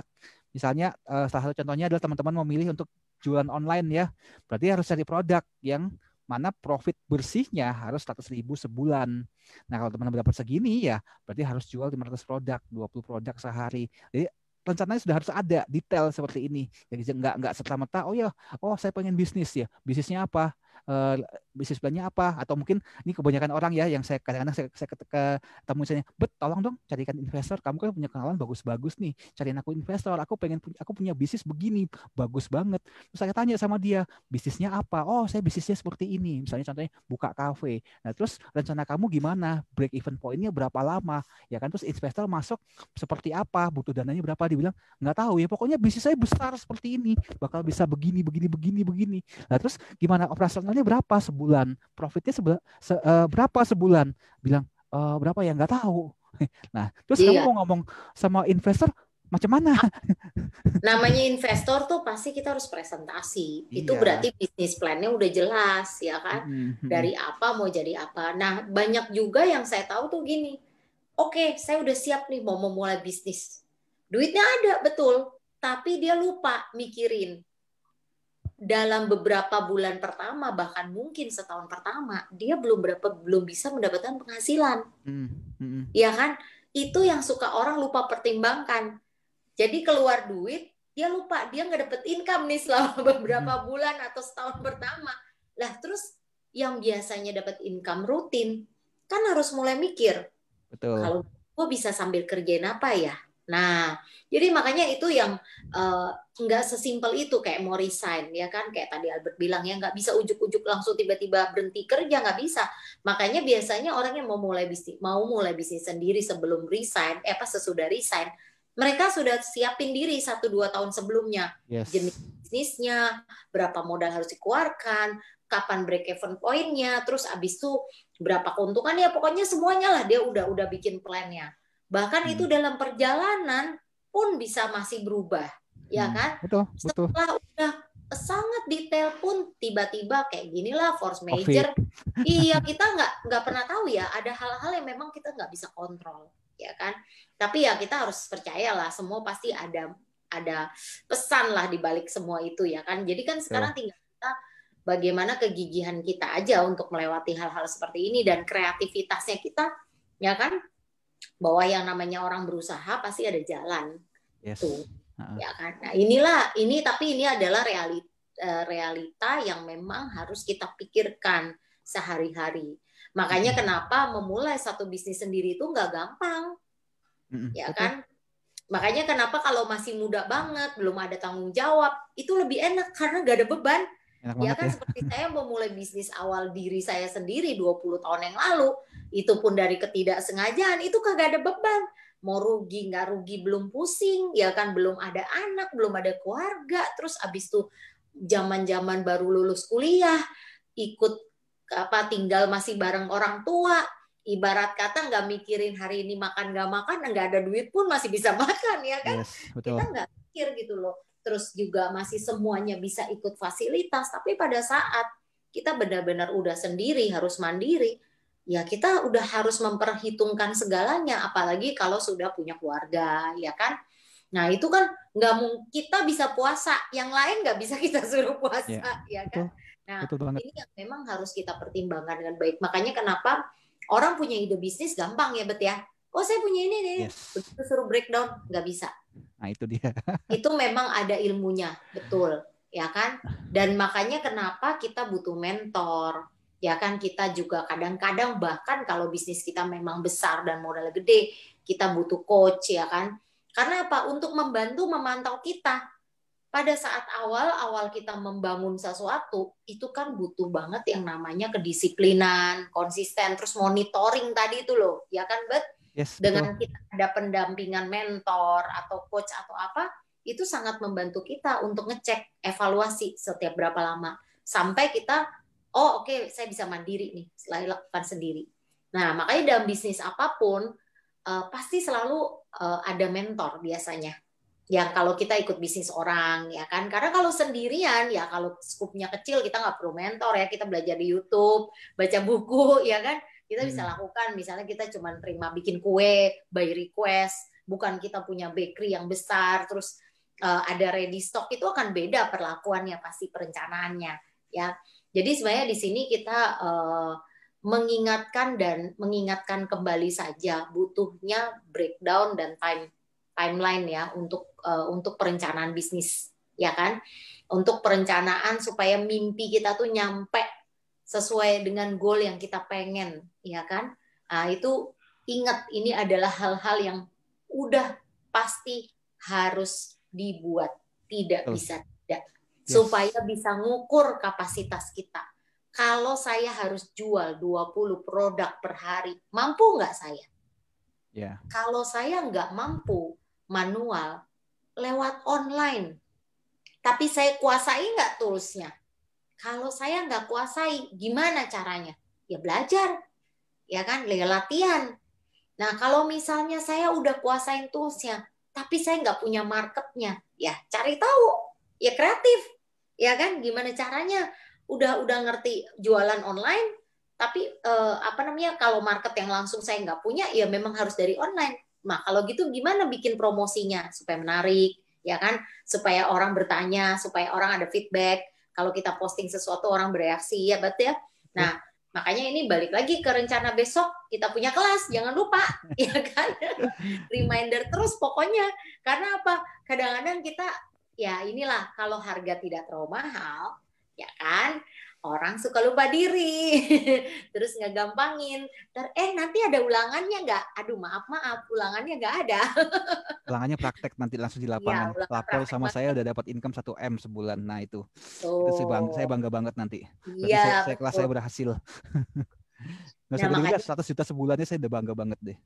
Iya betul, makanya kan sebenarnya dalam bisnis apapun ya, terutama kalau kita dalam networking bisnis, sebenarnya kebanggaan kita tuh bukan hanya prestasi yang kita bisa dapat dalam bentuk uang atau penghargaan jalan-jalan atau apa, tapi pada saat downline atau orang-orang dalam jaringan kita itu meraih satu prestasi, itu memang punya kepuasan tersendiri. Apalagi dulu awalnya susah banget dia untuk bergerak, susah banget untuk pecah telur, abis itu susah banget kayaknya mau ngomong sama orang. Pada saat kita bisa membantu mereka untuk melampaui tahap-tahap seperti itu kayak ada suatu kepuasan yang nggak bisa terbayarkan dengan uang ya, Bet ya. Nah, dan makanya kan kenapa sebagai diri sendiri pun, kalau memang kita mau menjadi leader, kita pengen besar, grup kita pengen besar, bisnis kita, ya inilah skill-skill itu memang harus dimaksimalkan, ditambah setiap harinya sebisa mungkin ya. Knowledge kita harus banyakin.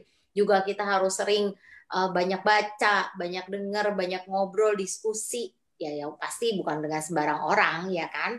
Nah, itulah gunanya berkomunitas ya, Bet? Yes, setuju. Ya, kita tempat di sini kita bisa sharing bersama, belajar bersama, ya kan? Kita dengerin Komik ngajar setiap hari sampai kerongkongannya kering, ya kan, Komik?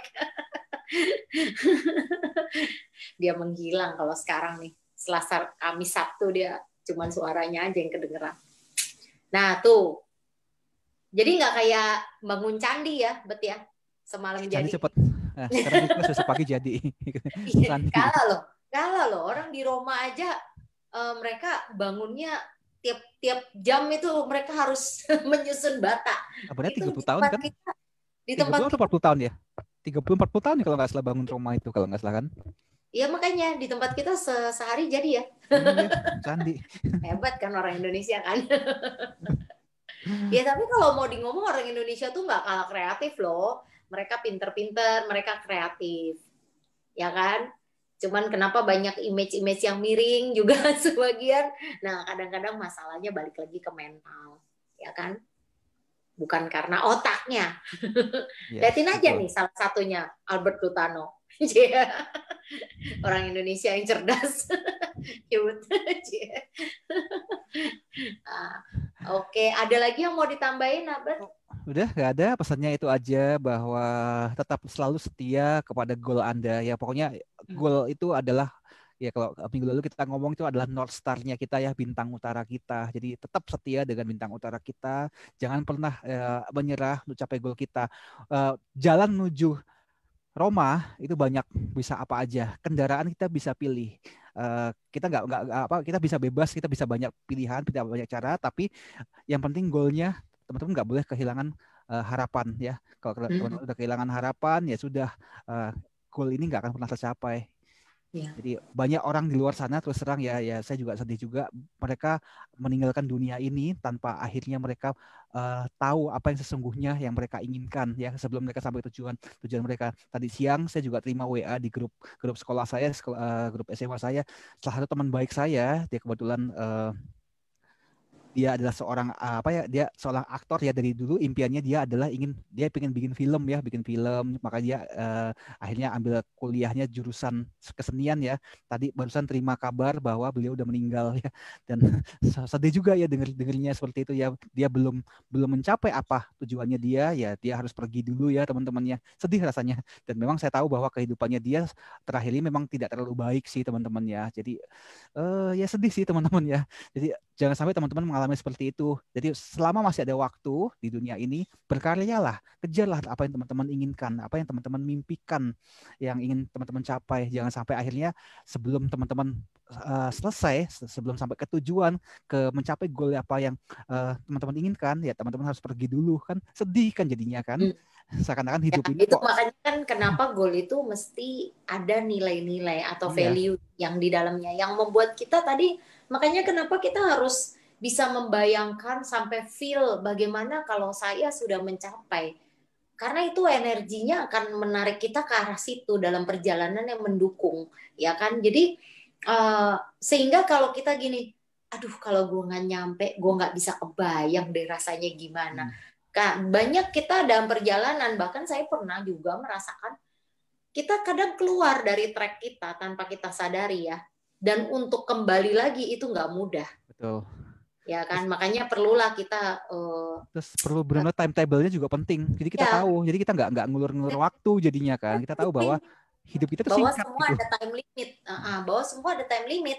Hidup kita singkat, jadi apa namanya?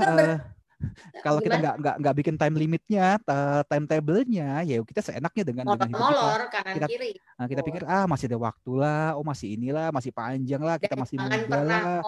Masih ada waktu ya, karena saya juga udah banyak banget kehilangan teman-teman saya dari bertahun-tahun yang lalu, dari saya juga masih seumur Albert. Jadi bukannya kita seumuran ya? Tunggu loh.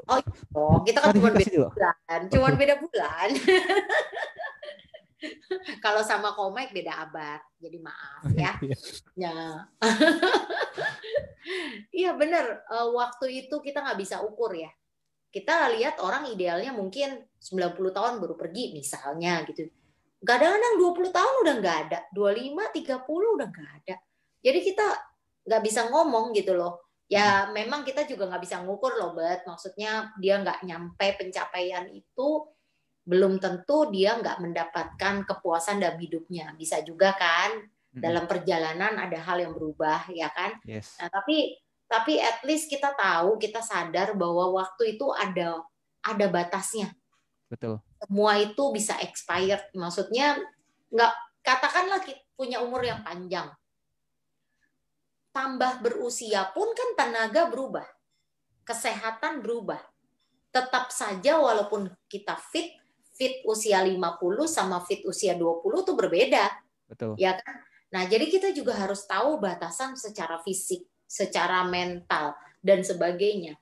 Walaupun kita memang lihat banyak contoh ekstrim yang sukses, kayak Colonel Sanders tadi ya, dengan usia yang cukup udah senja, dia benar-benar bisa sukses, ya kan? Nah, tapi berapa orang sih yang punya punya kemampuan untuk bisa bertahan seperti dia, ya kan Bet ya? Ini bisa dibilangkan. Nah, makanya ya kita mulailah sedini mungkin untuk menciptakan yang namanya bukan menciptakan ya, tapi menulis apa mimpi-mimpi dan goal kita. Sehingga sekarang juga lakukanlah action menuju ke arah sana. Yes. Jadi pada saat kita merasa, oh kayaknya saya mulai keluar jalur nih, kita akan bisa kembali. Karena North Star-nya tadi, ya kan, bintangnya kita tuh nggak hilang. Ya kan, yang kita lihat, kita udah tahu nih, bintang saya ada di sebelah kanan nih. Jadi saya nggak boleh jauh-jauh dari arah ini. Betul. Nah itu, ya kan. Jadi kalau kita mau ngomong nih, semua ilmu yang di-sharing-sharingkan di sini juga semua saling berkaitan ya, Bet ya, dari Ikigai, ya kan, kemarin itu ya. Terus kita goal setting, terus sekarang ada North Star ini. Nanti besok hari Sabtu kita bahas lagi apa, Bet? Tentang ini, Atomic Habit. Jadi nah, Atomic ya, tentang kebiasaan-kebiasaan kecil. Nanti jangan dibocorin dulu, Bet. Udah sih tadi kan. Iya, kan nah saya ngomongin turun-turun 2 on aja itu buat kita 1 on 2 on itu buat kita wah itu mah nggak turun mah kan suka diledekin gitu kan ternyata. Tapi sekarang kalau itu, hitung berapa bulan jadi berapa kilo? Iya, betul. Ya kan? Kalau benar-benar setiap hari 1 on itu benar-benar banyak loh. Betul. Kayak tadi bola itu kan awalnya pasti kecil, hari demi hari itu akan besar. Sama juga dengan orang berbisnis jaringan ya, kita balik lagi. Kenapa orang sekarang, malah waktu itu saya pernah dengar quote ya, bukan dari Najwa Shihab ya kalau nggak salah pernah ngomong, si Najwa, yang paling gede sekarang adalah tentang network marketing ya. Karena biar gimana pun kita kerja sendiri dengan kerja beramai-ramai itu pasti beda. Betul. Ya kan, itu percepatan income-nya pasti lain, ya kan, duplikasi ya, ibarat kata itu kayak kuadrat, ya kan, dan karena ya itu kita membopong beban bersama-sama, tapi ya dibagi-bagi, ya di situ juga kita belajar nggak serakah, kita belajar untuk mau berbagi, kita belajar untuk mau membantu, kita belajar untuk benar-benar mensupport, ya kan, sampai akhirnya ya itu hasil itu nggak bakalan mengkhianati segala usaha yang sudah dilakukan ya kan. Nah nanti kita nantikan lagi hari Sabtu tentang bedah bukunya. Hari ini masih ada yang mau ditambahin, Albert? Udah selesai. Udah 6:30 juga. Ya untuk sharingnya hari ini keren banget. Ya semoga acara-acara kita yang sederhana ini setiap seminggu 3 kali ini bisa memberi inspirasi, ya kan, bisa memberikan pencerahan, siapa tahu mungkin juga menimbulkan ide baru atau solusi buat teman-teman semua yang dengerin ya, Bet ya. Yep. Ya kan. Komai, ada yang mau ditambahkan? Ya pura-pura nggak dengar nih. Nah, Muncul. Ciluk, Mbak. Luar biasa, cukup.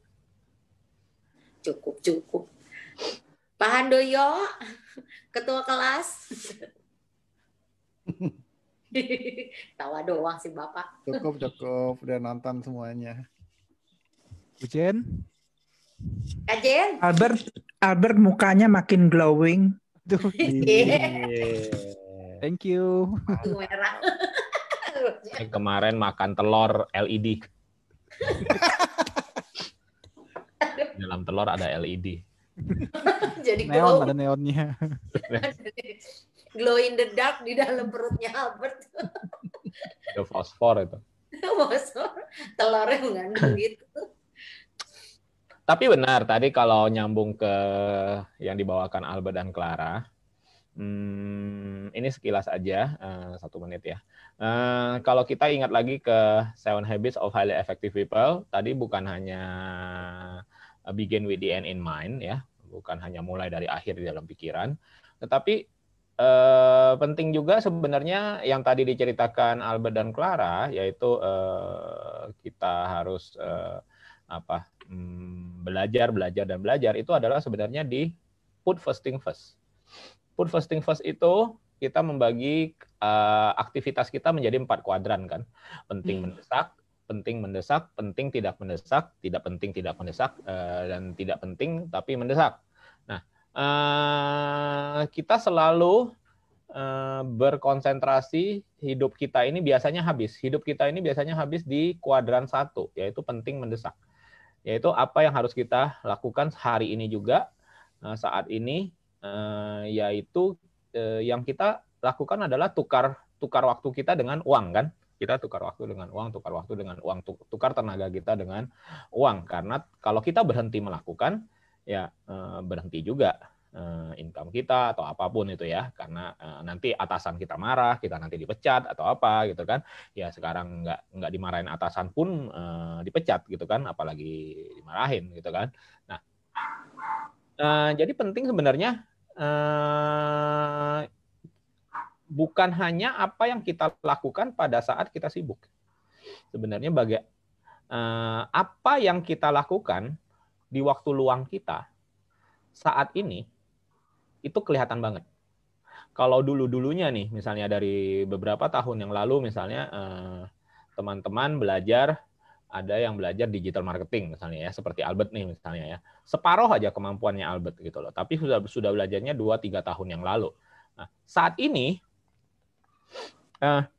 sudah nggak kaget kan gitu loh. Saat ini kan diperlukan gitu kan, kemampuan seperti Albert ini diperlukan. Tapi kalau kita sudah pernah belajar itu beberapa tahun yang lalu, mungkin bahkan lebih, bukan hanya 2-3 tahun, mungkin 4-5 tahun yang lalu, itu beda dengan hari ini baru mulai belajar, bener nggak? Bener banget kok.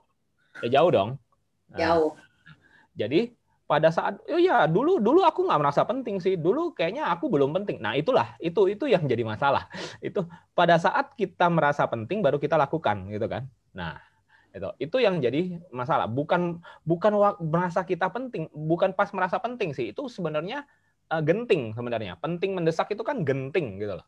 Nah jadi kita bukan merasa itu penting, tapi kita merasa itu mendesak. Jadi arti penting itu sebenarnya seharusnya kita lakukan, tetapi kita lakukannya sebelum terdesak. Kalau kita sudah terdesak, itu bukan soal penting lagi kan, itu genting namanya. Kalau nggak dilakukan, ya nggak hidup, nggak survive gitu kan. Jadi sebenarnya itu kuadran 1. Makanya di 7 Habits of Highly Effective People itu kuadran yang paling bagus itu adalah kuadran 2. Yaitu penting tapi tidak mendesak. Seperti yang tadi Albert lakukan waktu dulu, yaitu apa? Olahraga, ya kan? Olahraga, makan sehat, ya, menjaga kesehatan, lalu belajar hal-hal baru, ya kan? Belajar, baca buku. Baca buku itu penting nggak? Penting, tetapi bisa ditunda kan? Karena nggak mendesak, benar nggak? Baca buku itu penting banget. Makanya apapun yang kita mau, misalnya kita mau berubah ya, luangkan waktu 30 menit sehari, pagi atau malam minimal, setiap hari loh ya, baca sesuatu yang baru. Dan kalau bisa baca atau belajar sesuatu yang saat ini di luar kemampuan kita saat ini. Kalau kita terus-terus belajar yang kemampuan kita saat ini, ya kita hanya bisa ini aja. Kalau kita baca yang tempat lain, kita baca sesuatu yang lain, maka kita bisa lihat point of view yang lain itu sebenarnya. Nah, one day apa yang kita baca atau apa mungkin setahun depan, 2 tahun, 5 tahun ke depan baru mulai kelihatan manfaatnya apa. Tapi itu penting tapi tidak mendesak. Lakukan itu sebenarnya. That's all. Oke. Thank you, Komik pesannya. Penting tapi tidak mendesak, itu yang harus dilakukan ya. Kuadran kualitas kan kita. Thank you. Nah, makanya kerjaan Albert, maksudnya hobinya Albert, dunianya Albert menjadi penting dan mendesak ya kok ya dengan kondisi seperti ini kan. Ya, harus didesak, kalau dia harus didesak. Kalau Albert sih jangan ditanya kok, emang harus didesak setiap hari kok. Iya. Harus menciptakan desakan. Desakan ya, Albert. Aduh, gue sesak napas kena desakan. Desakan atau desahan? Desahan. Oke, ada lagi yang mau ditambahin? Thank you, Komai. Udah 6:30? Ya udah. Mau ada acara lagi nanti malam Kamis ini ada Cikung Teratai Putih. Oke. Karena dipindah dari Selasa ke Kamis khusus untuk minggu ini aja. Minggu depan udah ke Selasa lagi. Oke, buat teman-teman yang mau ikut ya silahkan di channel yang sama di Jam pukul 8 nanti. di ID meeting Zoom yang sama silahkan ikut nanti malam. Oke, saya kembalikan ke Cici Clara. Monggo, Cici Clara ditutup. Thank you untuk semua yang datang. Thank you untuk Om Mike dan Albert ya untuk sharingnya hari ini sudah berbagi sama kita. Ya kita berharap kita bisa terus lanjut kayak gini setiap hari bisa berbagi ya kan dengan acara-acara di Sage Divine juga ya kan ada Om Mike yang komitmennya luar biasa untuk bikin kelas setiap hari. Udah 6 bulan ya, betul ya? 6 bulan ya dari apa? Dari Maret ya sampai hari ini. Luar biasa. Jadi kita juga berharap semoga ini semua memberikan manfaat dan arti buat teman-teman ya. Karena di saat seperti ini adalah saat yang paling baik untuk kita saling support dan saling berbagi. Thank you udah semua yang hadir sekarang. Thank you teman-teman yang sudah hadir, yang juga menyaksikan dari Facebook Group, terus dari YouTube channel ya. Sampai ketemu lagi hari Sabtu. Ketemu lagi hari Sabtu. Terima kasih Mas Albert. Terima kasih Cik Clara. Terima kasih Pak Mike. Thank you. Bye semuanya. Pak Andoyo, Bro Indra, Bro Eko. Pak Handoyo. Bye. Bye-bye. Bye.